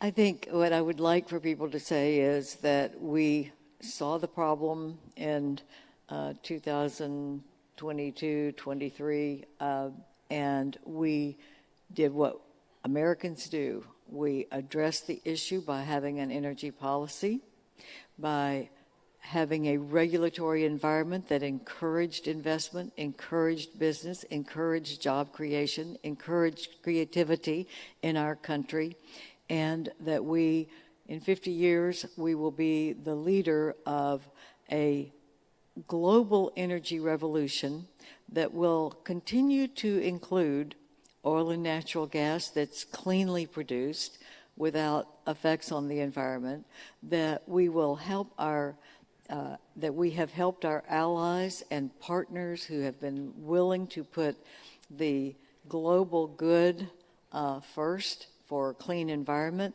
and have also had the opportunity to create economies and freedom and prosperity for their countries because of the energy diversity and creativity that was led by America. Well, that is a perfect sentiment to end on. So thank you to our panelists for their time, and thank you for all of you for being here. Give it up for our panelists, please. Ladies and gentlemen, this concludes our third and last panel. To lunch, please make sure you get to the East Room. Thank you all for joining us, and we'll see you all at our next event.